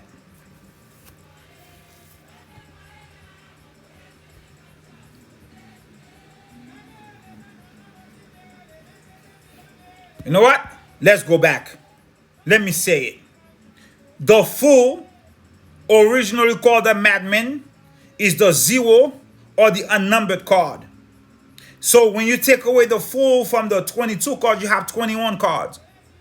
When you have 21 cards, now you go into the Vodou religion. In the Vodou religion, you have what's called the 21 divisions. Okay? This is for my sister subscriber, Sister Mambo Otilia. Gave me this drop. I didn't even know this. Now I went and did my own research.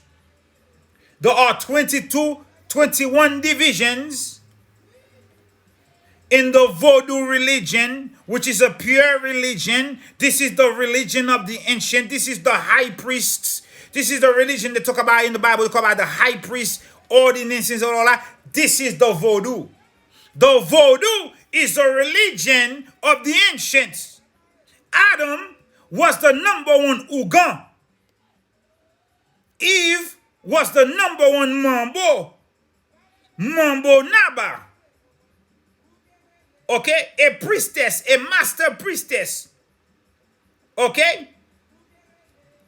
Family, we're going to go a lot of places today. Open your mind. This is, remember, the time of myths have ended. Okay? Let the Shekinah light coming from the orphan messengers open your lights. Open your eyes. Open your mind's eye today. This is why you hear this music in the background.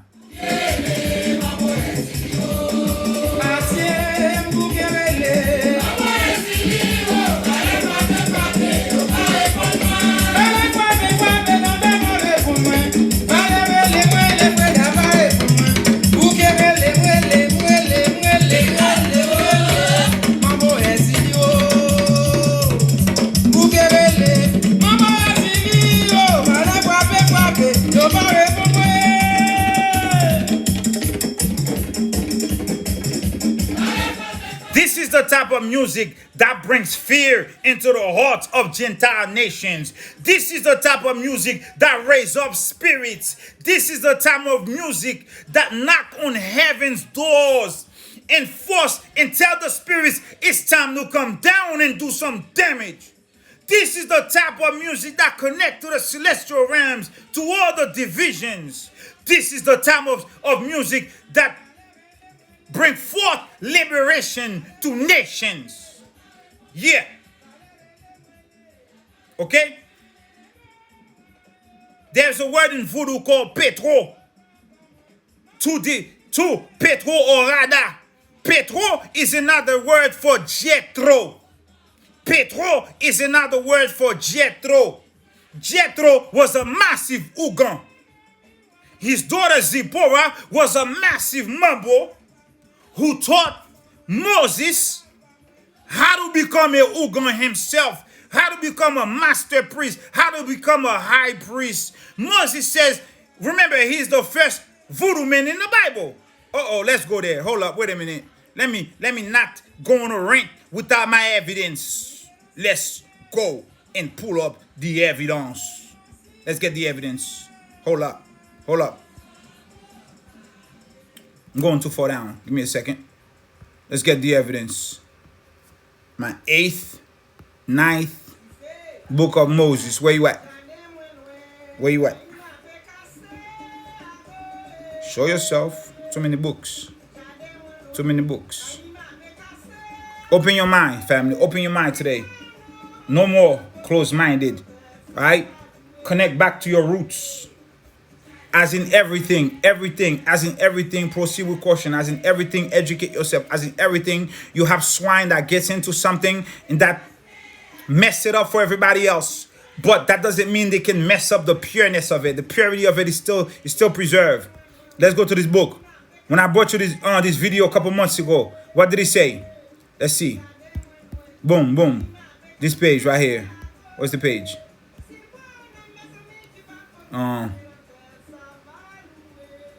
The great voodoo men of the Bible. To many people, Moses is a legendary character. They didn't give a damn about the books he brought forth. He was acclaimed for his magic and his power. Moses was acclaimed for his magic and his power. The great voodoo man of the Bible. Where do you think he learned that from? He learned that from Petro or Jethro.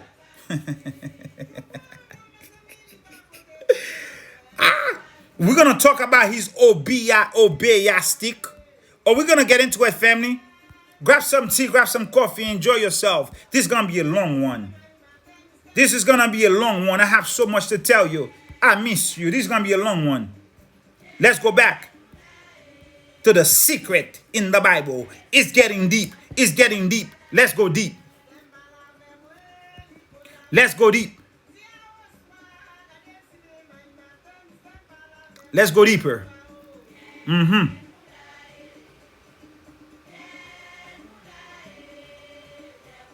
Let's go deep. Where was I? I was over here. Okay. Okay. Let's go here and return. Let's go. The 22. Okay, we were down here. We were done with this. We talk about this page. We're done with this page. Let's go now to the coded psalm. Let's connect the 22 Hebrew alphabets with the 22 major Arcana tarot card, the Book of Thoth, with Psalm 119 in your Bible. Let's connect that with Psalm 119 in your Bible, the coded psalm. Okay? I could have did this in 3 videos, but I'm giving it to you in 1. The coded psalm.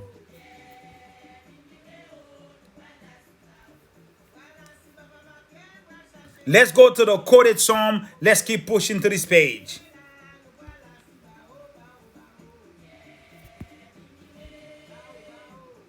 Nah, let's stay here. Let's stay right here. I gotta give it to you.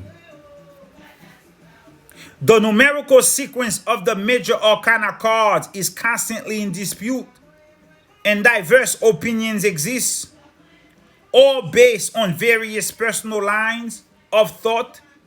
And Ezra knew the illustration's origin of the Book of Thoth and ciphered the code into the Book of Psalms to unlock its mystery.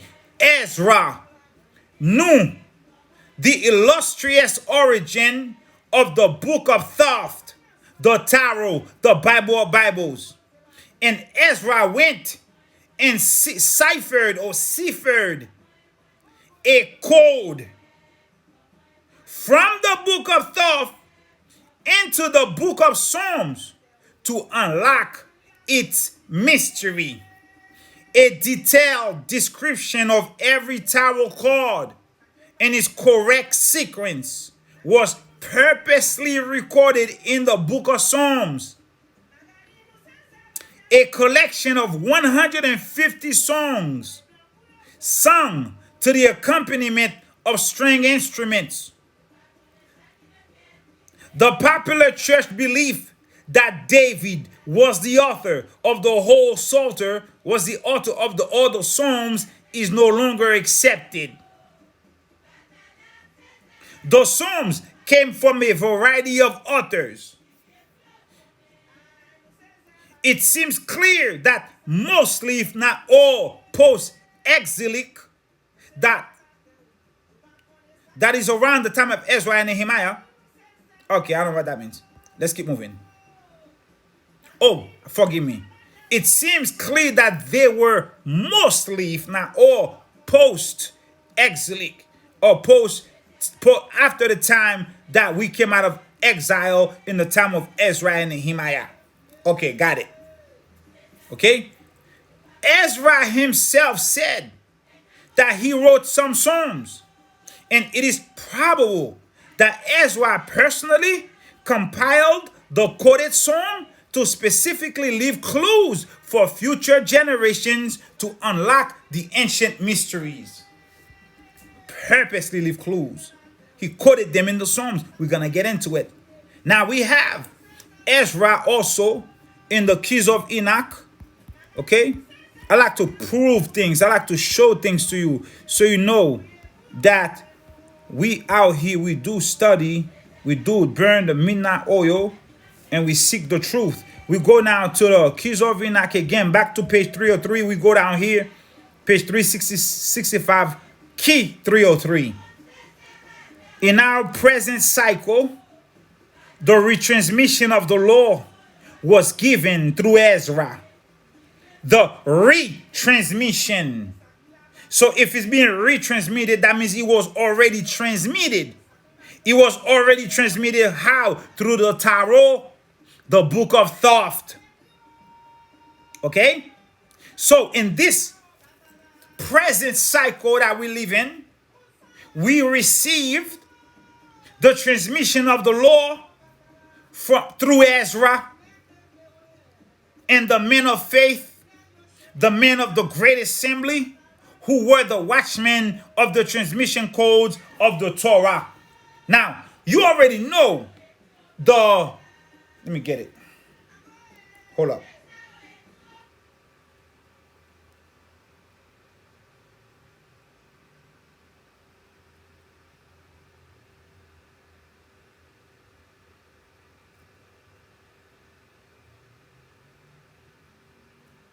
Now, we could go to Keys 319 and get all of these books that were being revealed and written and everything. And Ezra said the 70 last to Ezra 14.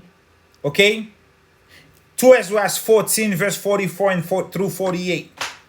We read, in 40 days, they wrote 204 books. And it came to pass when the 40 days were fulfilled, that the highest, the most high, the El Elyon spake, and he said this: the first book that were fulfilled and written, Ezra published them openly, that the worthy and unworthy may read it. Everybody can read those books. But keep the 70 last, that you may deliver the 70 books only to the ones that are wise among the people. For in the 70 that you are keeping last, that is not for the unworthy, that is only for the wise among the people. In them is the spring of understanding. In them is the fountain of wisdom. In them is the stream of knowledge. You see the 3C4 right there? You see? Hokmah, Bina, Hokmah, okay? Bina and Da'at. Wisdom, knowledge, and understanding.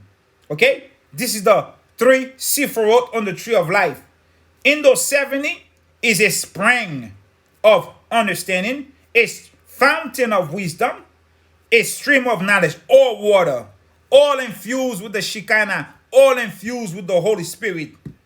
Okay? This is what happens here. The retransmission of the law was given through Ezra, the men of faith, and the other men of faith, and the men of great assembly, who were the watchmen on the transmission codes of the Torah, or which is all the scriptures that are revealed, was revealed, and yet to be revealed. This is what the Torah or is. We go back to this book. Let's go and connect Psalm 19, 119, Psalm 119, not Psalm 19, Psalm 119 with the 22 major Arcana, the Tarot, the Bible of Bibles, and the 22 Hebrew alphabets. Let's connect everything together. Let's do it. We read the quoted psalm that Ezra purposely left clues and quoted clues throughout the entire 150 psalms, and that the psalms were not all written by David. Forgive me, we got to go back out. I got to show you a book that, and we go in this L's Holy Telehim by Malachi Z. York. I had this book in my possession for several years, never read from it, but let's go. David the receiver. Now in this book we're going to see who wrote psalms. Psalms of Asaph, Psalms of Solomon. Solomon received 2 books of psalms. Asaph received 12 books of psalms. Korah received 12 books of psalms. Ethan received 1. Moshe received 1. And Heman received 1. So these are the different people that wrote psalms. Of course, David wrote psalms. And also in this book, you're going to find out Psalm 119 was written by none other than Ezra himself. Oh, I'm going to take you here, family. Give me a second. I picked up the wrong book. Psalm 119, where we're going to connect the 22 Tarot Major Arcana, the Book of Thoth, and the 22 letters of the Hebrew alphabet was written. Psalm 119 was written, where all the connections are going to be made, was written by Ezra himself. Ezra wrote Psalm 119. He had that type of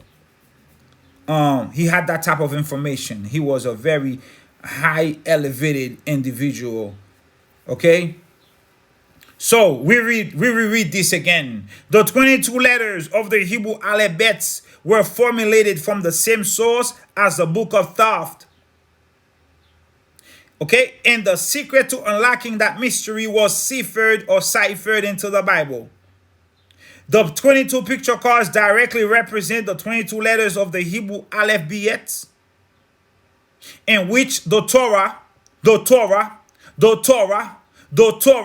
was originally written. For each of the letters there is a corresponding major tarot card. The 22 major tarot trumps and the 22 letters of the Hebrew alphabet cannot be synchronized unless you arrange the card that is called the Fool or the Madman in its proper position. You cannot get the drop unless you do it properly.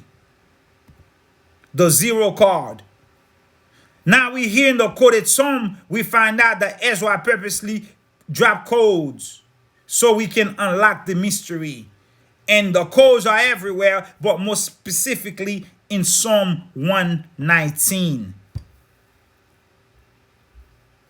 The bottom. The significance of number 22. Oh, hold up, forgive me. Ezra himself said that he wrote some psalms, and it's probable that he personally compiled the quoted psalm to specifically leave clues for future generations. Okay? To unlock the ancient mysteries, a psalm of importance is Psalm 119. And Psalm 119 is directly identifies a major aspect of each major arcana card, but not in the order that they are found in the Book of Thoth, for a particular reason soon to be explained. The significance of number 22 becomes apparent in Psalm 119. For Psalm 119 has 22 separate verses. The significance of number 22 becomes extremely apparent in Psalm 119 because Psalm 119 has 22 separate verses. Each verse contains 8 lines. Just like the Anabekoak has 42 words, 7 lines, 6 rows, 6 by 7 is 42. Each line contains 7 words. 22 verses, each verse contains 8 lines. Most important is the fact that all 8 lines of each series of verse begin with a particular and identical alphabetical letter, proceeding successively through the 22 letters of the Hebrew alphabet. We're going to get into it, family. We're going to get visuals. We're going to get visuals. Okay? We're going to get, for example, the eighth verses of the first section begin with the first letter of the alphabet Aleph. The 8 verses of the second section begin with the letter Bet. The third, Gimel, and so on and so forth.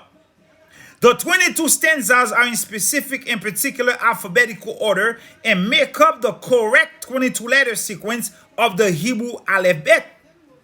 The significance is this, is that a vital clue soon becomes apparent.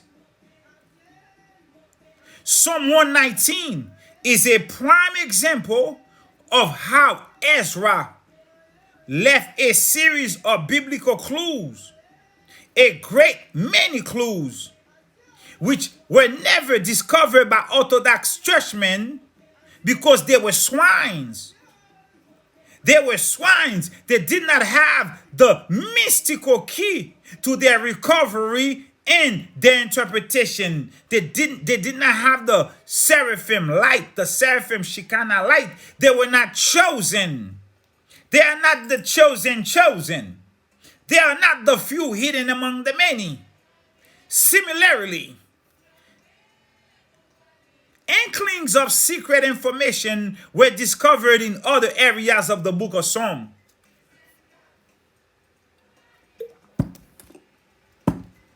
There are no less than 9 psalms in which the first letters of each stanza in Hebrew written are taken in alphabetical order. That is not immediately apparent in English translation, meaning if you were reading the Psalm 119 in English, you will not be able to see this that we are discussing here right now immediately or at all. In Hebrew, however, the clue is obvious. Psalm 119, therefore, provides vital inside information that identifies the 22 major tarot cards and reveals their association with the secret in the Bible. We're going to get it. Let's read the whole page. An interesting series of quoted verses also appears in the book of Exodus. The narratives also have a direct link with the symbolism of the mystery schools and the major elements of the Osiris saga. What was written is scarcely the result of coincidence, for the letters of verse 19 are separated from the words, and then they are written individually across the page. Verse 20 was then also taken as letters, and verse 20 was written in reverse order under verse 19. Then verse 21, again in separated letters, was written under verse 20, but in direct order like verse 19 was. When you read those 3 verses, 19, 20, and 21 from above, they reveal a peculiar series of letters which yield to the 72 separate words or 72 separate names, which we know these are the 72 letter names of the Most High. When you read this verse 19, 20, 21 from above in Hebrew, they reveal the 72 letter names of God. 72 separate words or names, all different, and each having 3 letters. These names were concealed and coded and ciphered in Psalm 119, those 3 verses.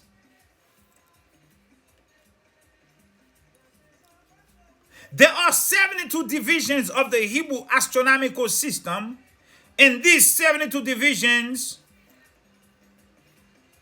okay, in these 72 divisions are many princes or leaders, 72 angels of the 12 tribes, 6 angels to each tribe.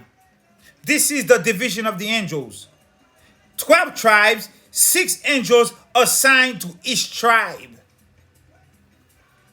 6 by 12 is 72. These angels came together for a national council. Council of 12, council of 9, council of 24 elders, council of 32, and the council of the 144,000. In the Hebrew Kabbalah, there are 72 angels through whom the divine powers of the Most High are approached or invoked by whoever among the 12 tribes who know their names and their numbers. You can invoke the divine powers of the Most High from those 72 angels who are divided by 6 angels for each tribe. You can invoke their powers if you know their names and their numbers. You can approach the divine powers. You can invoke the powers if you know their names and their numbers. Also, you got to know which angels are assigned to which tribe. The angels for the tribe of Asher should not be invoked or approached if by somebody from the tribe of Judah. The angels from the tribe of Manasseh or from Simeon or from Gad should not be approached or invoked by someone else from another tribe. Know your tribes, know your angels. In the Gospel of Luke, okay? So hold up, before we continue, let's get on Psalm 119. Let's get Psalm 119. Let's get Psalm 119. Let's get the drop. Let's get Psalm 119. Hold up. Let's get Psalm 119 and get a visual of what we were saying here. Let's get Psalm 119.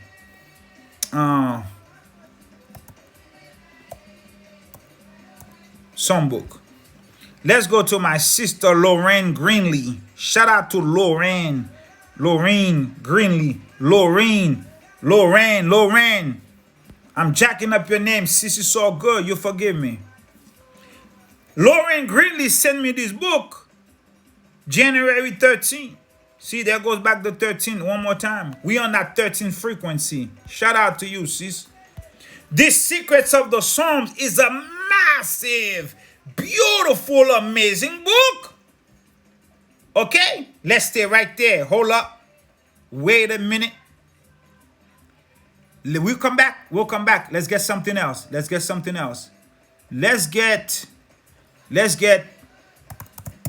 119 first. Let's get Psalm 119 first. Let's see how it is in the Bible. You know what? Hold up. I got my own Bible app on my computer. Let's go here. Here's Psalm 119. Psalm 119, we have 22 major arcana, 22 Hebrew alphabets.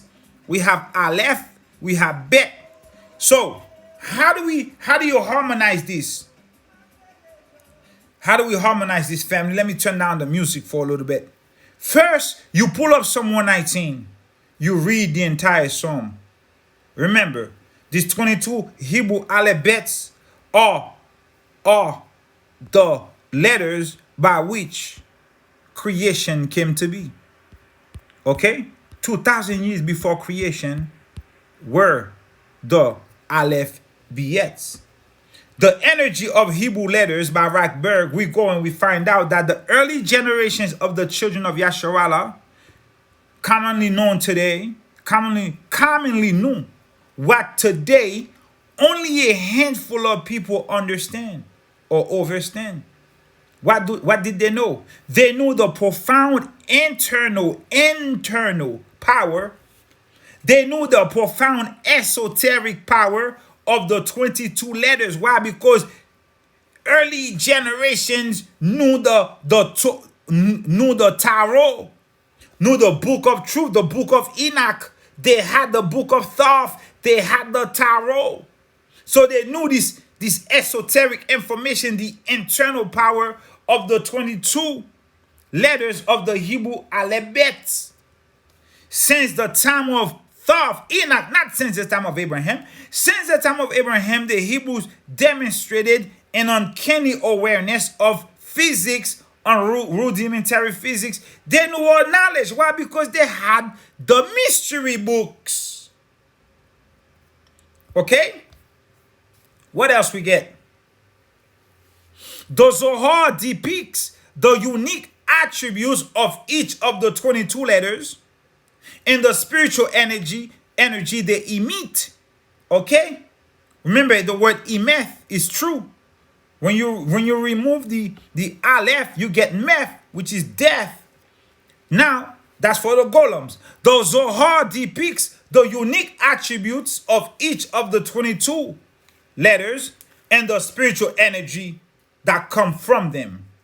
All these forces and their power or blessing are transferred to you and I when we visually scan the Aramaic text and learn the lesson it holds. Just as the pictograph of the Tarot, when somebody who were familiar with the pictographs scanned the pictographs, their subconscious were altered, and they found themselves in the most wonderful situation where mysteries and secrets and portals were opened, and they beheld the beauty, the splendor of Hashem. Okay? Just what the Zohar does when you scan the Aramaic text. Okay? These are ancient pictographs which contain spirits. Remember how Habashai says, the words I speak to you are spirit and they are life.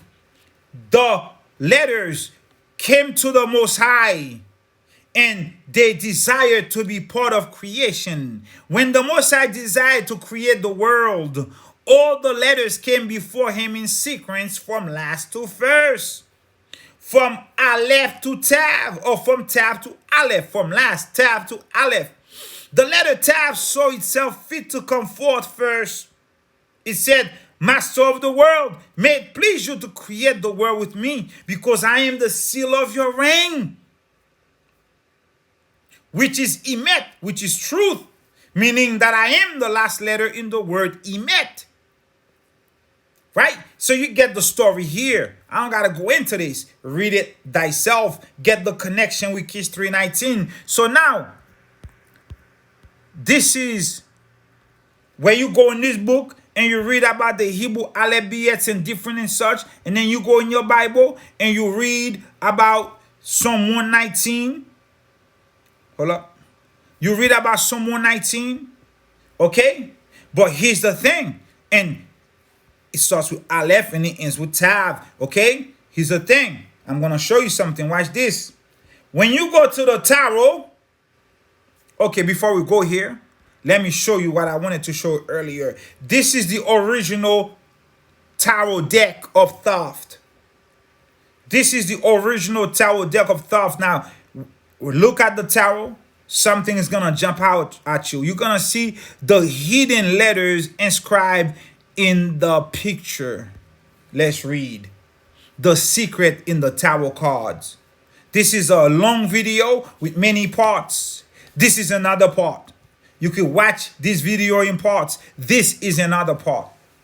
The divine significance of the 22 letters of Thoth's book provides yet another surprise. Which is it? Each letter of the sacred script is secretly drawn. Each letter of the 22 letters of Thoth's book, which is a sacred script, is secretly drawn into the background of every page of Thoth's book, of the Book of the Tarot, or Book of Tarot, which the Torah came from. We got to keep saying that. When physically advanced souls, family, are you a physically advanced soul? When physically advanced souls looked at the cards, they were unknowingly seeing the divine language in their mind's eyes. You see that? When you are spiritually inclined and you are physically advanced, when you look and glance upon these cards, you are unknowingly seeing the divine language in your third eye. This is why the Seraphim comes to open your mind's eye so you can behold the divine language. Or your subconscious. This is why Paul says, I put you under solemn obligation to greet the brethren with the sacred kiss upon their foreheads, to activate the portal for tele-thought communication. Most I sent you here with a mark on your forehead. The crystal it is bestowed upon your head to do what? To receive his commands directly. Okay? You are unknowingly beholding the divine. That is the reason why a so-called clairvoyant can see foresee the future. Okay, let's go. Let's see. He or she, upon looking at the cards, receive messages or pictures from the subtly concealed divine language drawn secretly into the background of the symbols displayed on the face of the cards. That sensational knowledge was preserved thousands of years ago by ciphering the 22 divine letters into each of the 22 pages of Thoth's book, and then later hiding them with the inclusion of 56 additional cards, right? The 56 minor trumps, their sole purpose is to hide the 22 major arcana. That's it. Later added to hide the 22 cards.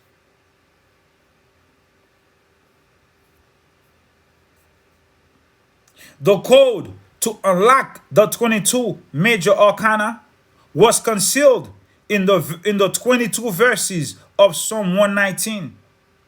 The initiated priest spoke face to face with God by burning or by turning them over in his mind's eye in meditation, and over the centuries handed down the secret knowledge of that exotic experience by a judicious tradition of initiation. The code to unlock the 22 major arcana, which are concealed, the code to unlock them is concealed in the 22 verses of Psalm 119. These are the cards, 1 and 2. These are all the different symbols. This is not Hebrew, y'all. It may look like it is not. It's a much later language. This is the Enochian language. From this came the Hebrew alphabets. Each page of Thoth's 22-page book has the 22 divine letters secreted into it. The colored areas define the letters of light.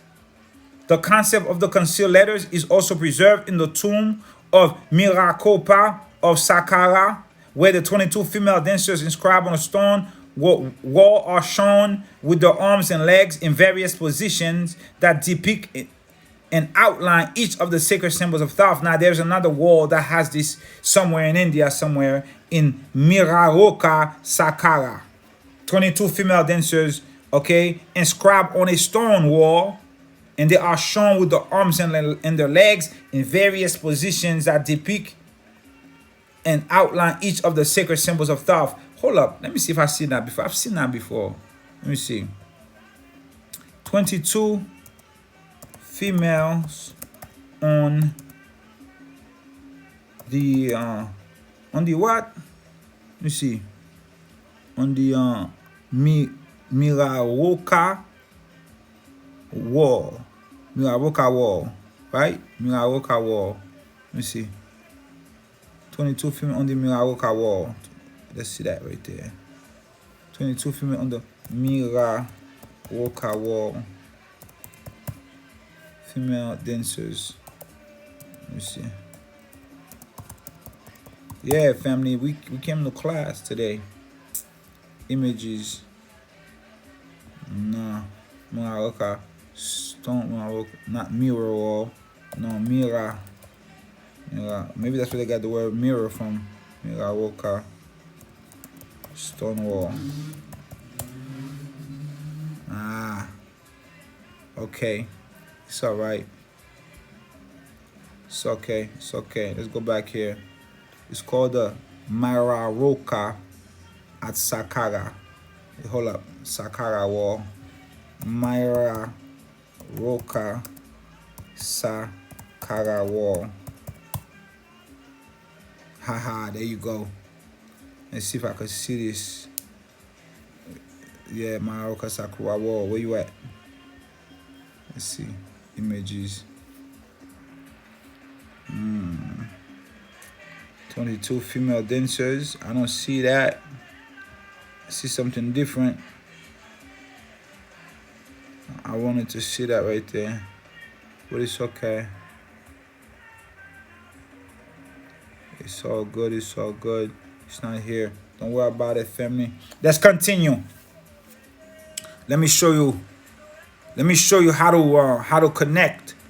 How to harmonize these things now. You go to Psalm 119 in your Bible. You go Psalm 119 everywhere. Let's go to this book of Psalm. Sister sent me, Sister Lorraine. Appreciate you. Let's go to Psalm 119. There are many ways to read Psalm 19. This is a very mystical book of Psalms right here. Okay, it's going to teach you every page. You already know you have different ones. This is another one from the one that you know. Maybe you have this one also, but this is going to teach you in Psalm 119. There's an exoteric and there's an esoteric in everything, and you're going to get the exoteric aspect of Psalm 119 in this book, and it's going to show you how to use that psalm for healing, for all types of stuff. Okay, Psalm 119. Okay, Psalm 119 is right here. Watch this. Let's go to Psalm 119. It is well known that Psalm 19 is the largest of all the Psalms. And it consists in the Hebrew 8 alphabets. Okay, 8. Remember, it had 8. Each letter had 8 lines or something like that, right? In the Hebrew, it consists of 8 alphabets, but in such a manner that each letter appears undisturbed.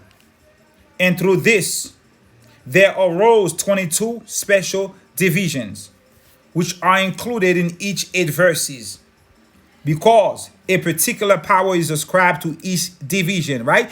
Just like in Vodou, 21 division. A particular power is ascribed to each division, which the writer says, I cannot present to the reader in clearer manner than by placing each letter before him. Now, this Aleph, this particular power, is ascribed to Aleph, which is one division of the 22 divisions. So let's go. Aleph. This is a particular power for Aleph in Psalm 119. This is how you use this song. The 8 verses of this letter, which all begin with Aleph, should be pronounced over a man whose limbs shake and quiver. What disease that give you shaking and that make a man shake and quiver? Parkinson's disease. If you know somebody who have Parkinson's disease, the 8th verses of this letter, which begins with Aleph, should be pronounced over somebody who has Parkinson's disease or any type of shaking limbs or limbs that quiver. And if this be done in a low and even voice, the men or the woman will be revealed. Why does it have to be done in a low voice? It has to be done in a low voice because the letter Aleph carries a massive energy blast. This is a massive energy filled world where this is the name of the Most High. If it's spoken with loudly and with such authority over somebody who's already shaking, you might hurt the person even more. So you have to whisper it. Should be said in a very soft tone. Okay? Aleph. It should be recited in a very low and even voice, and the person will be relieved. If anyone has made a vow which has become a burden to that person, the vow has become burdensome for you to fulfill, this vow will be easy for you to keep if you recite the 8 verses which corresponds to the letter Aleph. Now let's pick another one, Bet.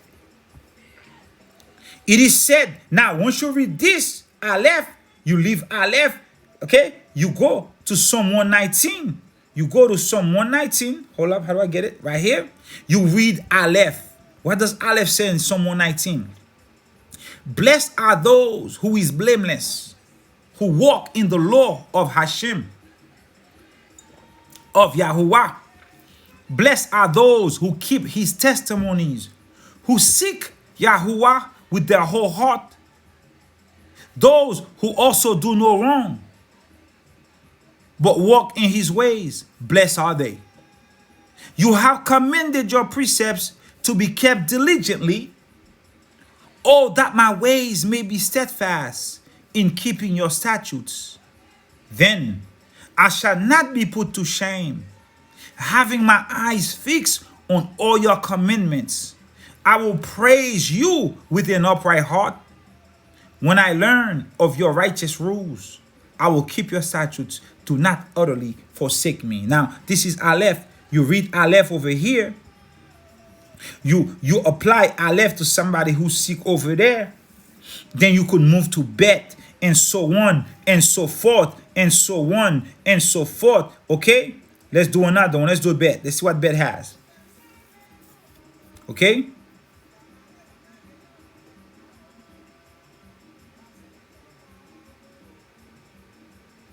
So this gives you a ceremony. You have to do something very light if you desire to receive revelation, for your mind's eyes to be open. If you want to have a good memory or an open heart, you desire to learn. If you have to have hokmah and intelligence, you do what's here.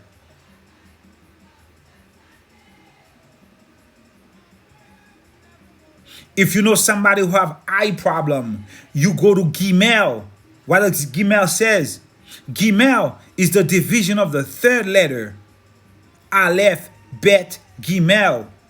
Verses 17 to 24 should be prayed 7 times, one after another, in a low, solemn tone, and with full confidence in the omnipotence of God, over the seriously injured eye of a friend, so that the pen may cease and the eye restore. There is a sister who reached out to me. She had eye problems.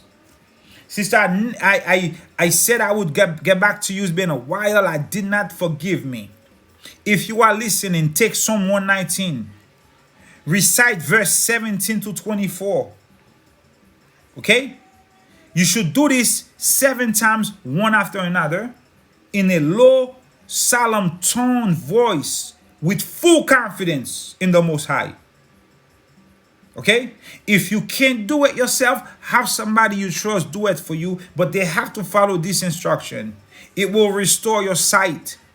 You gotta have faith. Most High cannot work with anybody if they don't have faith. So you go, okay, I'm rolling down so you can see it. You can download this book. Maybe I can post the link. I probably did post the link 2 months ago. 2-3 months ago. Okay? Okay? This is the last letter right here. So, let's read what they say. Right? It's a lot of stuff here. I'm not going to read everything. So, this is how you use esoterically. You use this psalm, and exoterically, you read it in your Bible. Exoterically, you come here and read it. Esoterically, you go in the other book and read it, and you apply it to your life to heal your body. And then what do you do next? Now, if you want to go into the Tarot, which is your Bible or Bibles, you find you a real good tarot deck. Let me show you one you can get. You can get this one, Kabbalistic Tarot. Okay? 5781 is a Hebrew year 2021, I believe. Perhaps you look it up. It's a Hebrew year 2021, modern day 2021. You find this tarot deck right here. These are the 22 decks. So now each deck, each card, these are the 22 major arcana. This is where the clue is. This is the 22 major arcana. Which, okay, this is the same, not the same, but this is analogous to the 22 Tower deck of Thoth. Okay, so this is with the Hebrew letters, and his is with Enochian language. Okay, so you could take anyone. So which one is mine? Let me see if I remember which one is mine. I believe the one associated with my zodiac sign, which is Pisces, is, shoot, I forgot. Let me see. I forgot. I'm a neophyte when it comes to this. So you could choose any one you want. I was gonna do mine, but I forgot what mine is. So you could choose anyone, right? Let's choose. Let me see if I remember mine. Hold up. Let me see if I ask my wife. Which one is my card? I forgot. Let me ask my wife. I want to do mine. I want to see if I could give myself a reading. Okay? Let me see if I could give myself a reading. Meanwhile, you could take yours. Let's just say yours is okay. I'm not gonna we're not gonna do that one. Let's just say yours is Justice Lamed, right? And you're a Libra.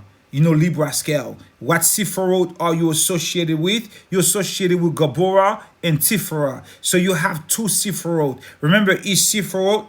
Thank you, baby. Thank you. Remember, each Sephiroth is also associated with a world. You have 5 worlds: Adzilla, Yetzirah, what's the word? You have 5 worlds. Let me see. You have a lot of worlds. You have 5 worlds. Let me get my Kabbalistic chart right here.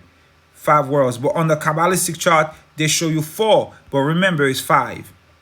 You have the word of Adzilla, Bria, Yetzirah, and Asaya. And you also have the world of Adam Kadmon right here on the right. Okay? So if you're a Libra, you're associated with Gabura and Tiferet, which is justice. So Gabura is with the archangel Kamael. Okay? Tiferet, which is one of the middle Sephirah.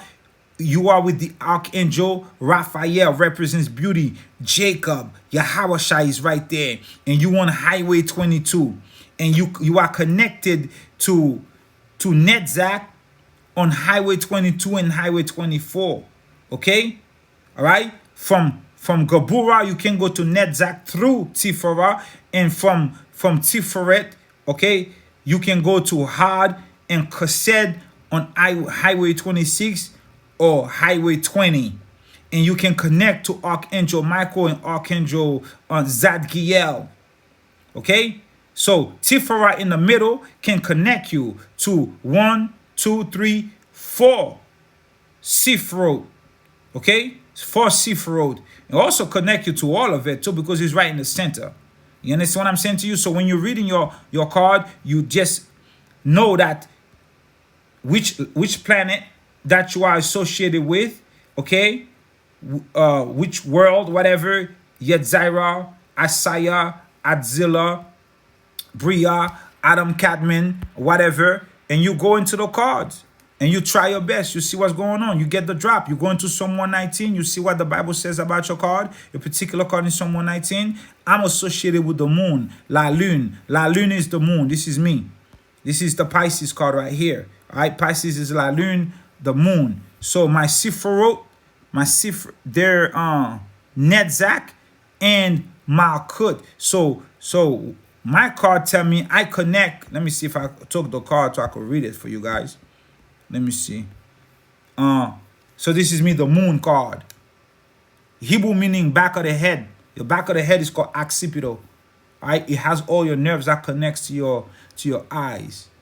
The tree of life, path 29. So on the tree of life, I'm path 29. Okay? We're gonna go and check it out in a second.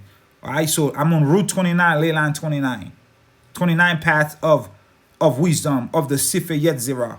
Corporeal intelligence. So that tells you the Sefer Yetzirah is a word of creation, right? The word of formation.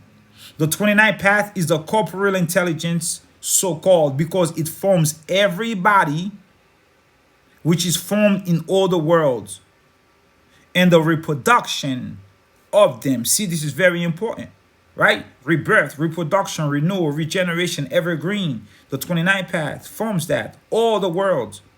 Okay, and it's associated with, this is written in the Sefer Yetzirah. So title of the Tarot-Torah is this, right? The ruler of flux and reflux, the child of the sons of the mighty. The Kaf, this is the symbol Kaf. Path is the last of the three paths that connect Malkuth to the overlaying spheres. The letter Kaf corresponds to the back of the head. Thus, this tarot card symbolizes the underworld. See Pluto? See that right there? How did I know that? I didn't know this symbolized Pluto. No, that's why Pluto information came through here, right? And other avenues and other brothers expanded on it. You see what I'm saying to you? My card is directly linked with the information, okay, that Pluto brought, the underworld. All right? And I also linked to Vodou, to Papa Legba, Ilekba. Right? If you want to go and learn that pure religion, undefiled religion, you can learn that religion. Expand your mind. Expand your mind. Because he's also associated with the underworld. Okay, let's go. The letter Kaf corresponds to the back of the head.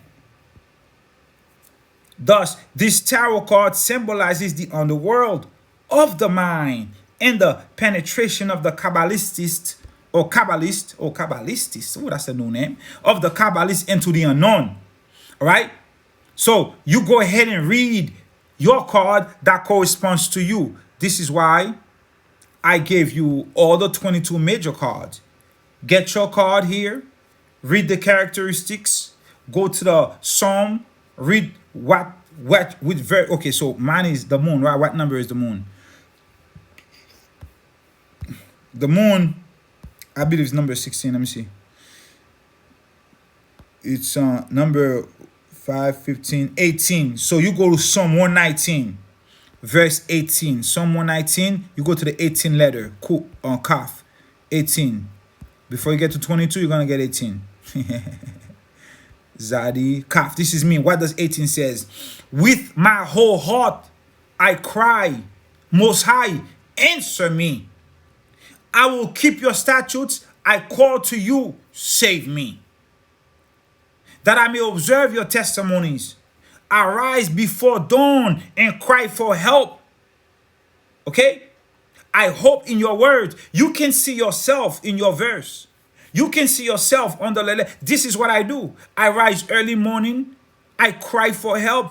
I petition the Most High. I say, save me. My eyes are awake before the watches of the night. I burn the midnight oil. I stay up to study and to meditate. My eyes are awake before the watches of the night, that I may meditate on your promises. I stay up late night to meditate. The other day I said I'm going to start a nocturnal, a midnight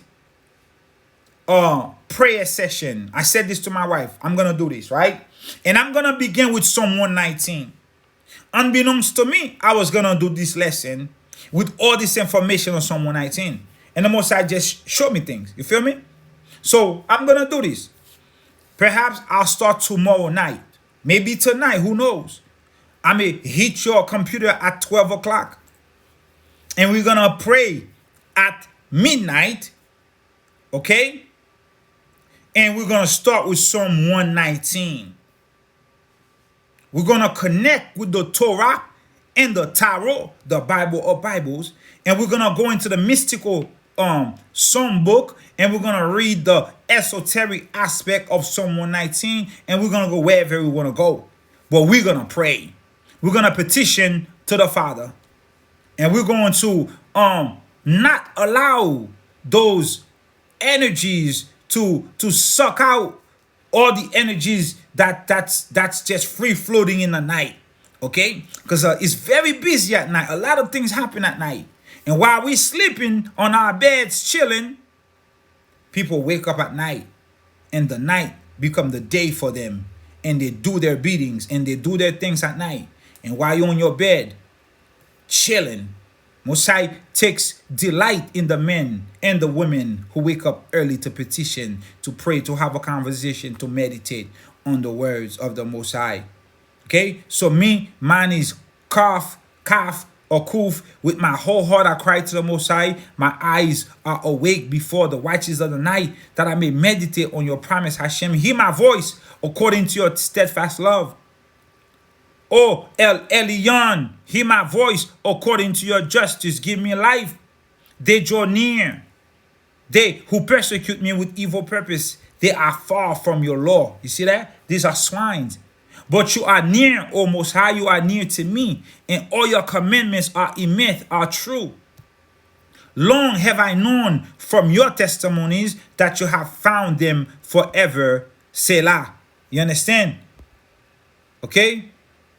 So the next one is Resh. We're not gonna go into Resh whatsoever.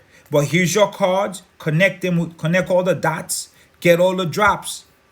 Get your card so you could buy this, right? So when you get this book, be careful. The Joker card is very is debaucherous. The Joker card is a sexual card. Okay? What else I get on the Moon? The Moon, sanctity and cycle of growth. See the truth even in the dark. Okay, see the truth even in the dark of night. Yo, no matter what the truth is, you gotta see it. You gotta see the truth in every situation. Calf also represents an open hand, open palm. Okay, working outwardly. And this is Calf in Psalm 119 again. My soul faints for your salvation, but I hope in your word. My eyes fail from searching your word, right? I stay up late. I fall asleep on my book, reading, studying, researching. My eyes fail. That's what it means. I go to sleep on your word. When will you comfort me? For I have become like a wineskin in smoke, yet I do not forget your statutes. Now I keep you in my back pocket, Most High. Me and you and I'm a rose stem. Not the stem. I'm a rose. I'm a rose. I'm a leaf on the rose. You feel me? I'm on that rose and you the stem. You hold me up. I do not forget your statutes. I'm being sustained by you always and forever. You understand? The proud have dug pits for me. Yeah, they're trying to sink my battleship, but you already said in Psalm 91, no snare of the fowler, no plague, no pestilence shall come near my dwelling. You can't touch me. You understand? You could try, but when it backfires, it's gonna hurt you pretty bad. Trust and believe. It's gonna hurt you pretty bad, man. You know? Lake bar is gonna come for you, man. What you gonna do when Lake bar come for you? What you gonna do when Lake bar come for you? Bad boy. What you gonna do? What you gonna do, huh? What you gonna do? What you gonna do when Lake bar come for you? What you gonna do? You come at me, man. You serious? Nah, don't play. This is the Book of the Dead. All right, this is a massive book. It's a beautiful book. It's a great book. Get this book if you can. I bought this on eBay. I won the bid. I bought this for $120 some time ago. All right, different pictures here. All right, this is the book. It's a massive book. It's a great book. Beautiful information. I had this book for months. I haven't even been into it not one time with you guys, but I read a few excerpts in it. This is I'll show you. This is Osiris Ani presentation going on here. This is Thoth right there. Ibis, the ibis headed bird, which was illegal to kill in Egypt, because they worship him as a god. So the ibis bird representing him.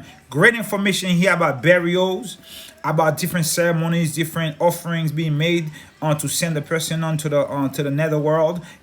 Massive information in this book. Massive information in this book. Okay, the Book of the Dead. This is the Egyptian Book of the Dead. There is another one called the Hebrew Book of the Dead. Family, I'm gonna park it right here. I probably have spoken for at least 3 hours. The secret in the Bible. What you need to remember is this. Everything that I said is very important.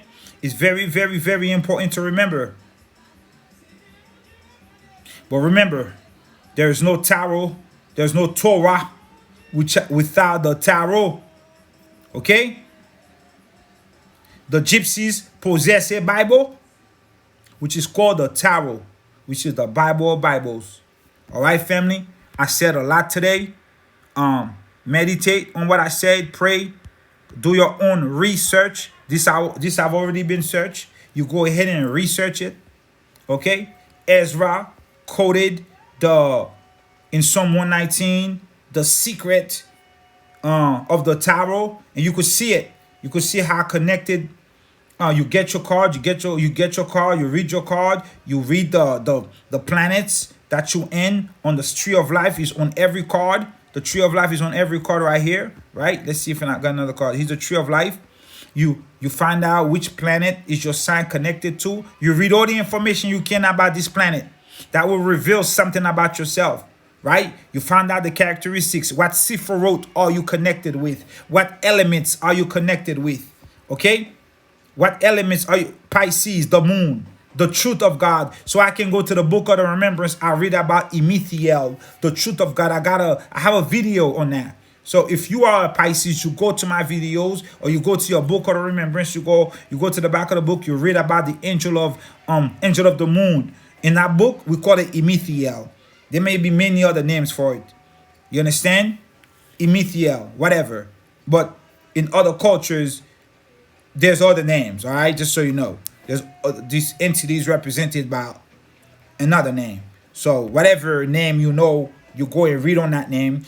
You go and read anything you can read about the Sephiroth if you have one or two, okay? And you get that information, and you go into the Hebrew word. You go, if yours is Kuf, or if yours is Resh, you go and find out all you can find about Resh. That will reveal to you something about yourself. Like if yours is Lamed, okay, you go and you read on Lamed, and you find out everything you can about Lamed, and Lamed is number 11. You go on Psalm 119 verse 11. You see what it says about that. You locate Lamech, you read your part on Lamech, that will reveal something about you. You go to Gabura, you go to Tifra, you read what it says about that, you connect the dots, and then when you get the card, whatever card, you read everything, you connect everything, you'll be able to read it, because this information is here for you already. All right, if you buy the deck. So now you don't have to feel no type of way about having a tarot deck. The tarot is the Torah. With definitive proof today, we shut the mouths of the lions and the hyenas and the swines. Go play in the mire. Go play in the dirt where you belong. Over here we are kings and we are queens, and we live in palaces only. That's where we live, in palaces only. This book was on eBay for $1,200. The secret in the Bible. Family, love you. Shalom. Kept you long enough. Until next time. Shalom.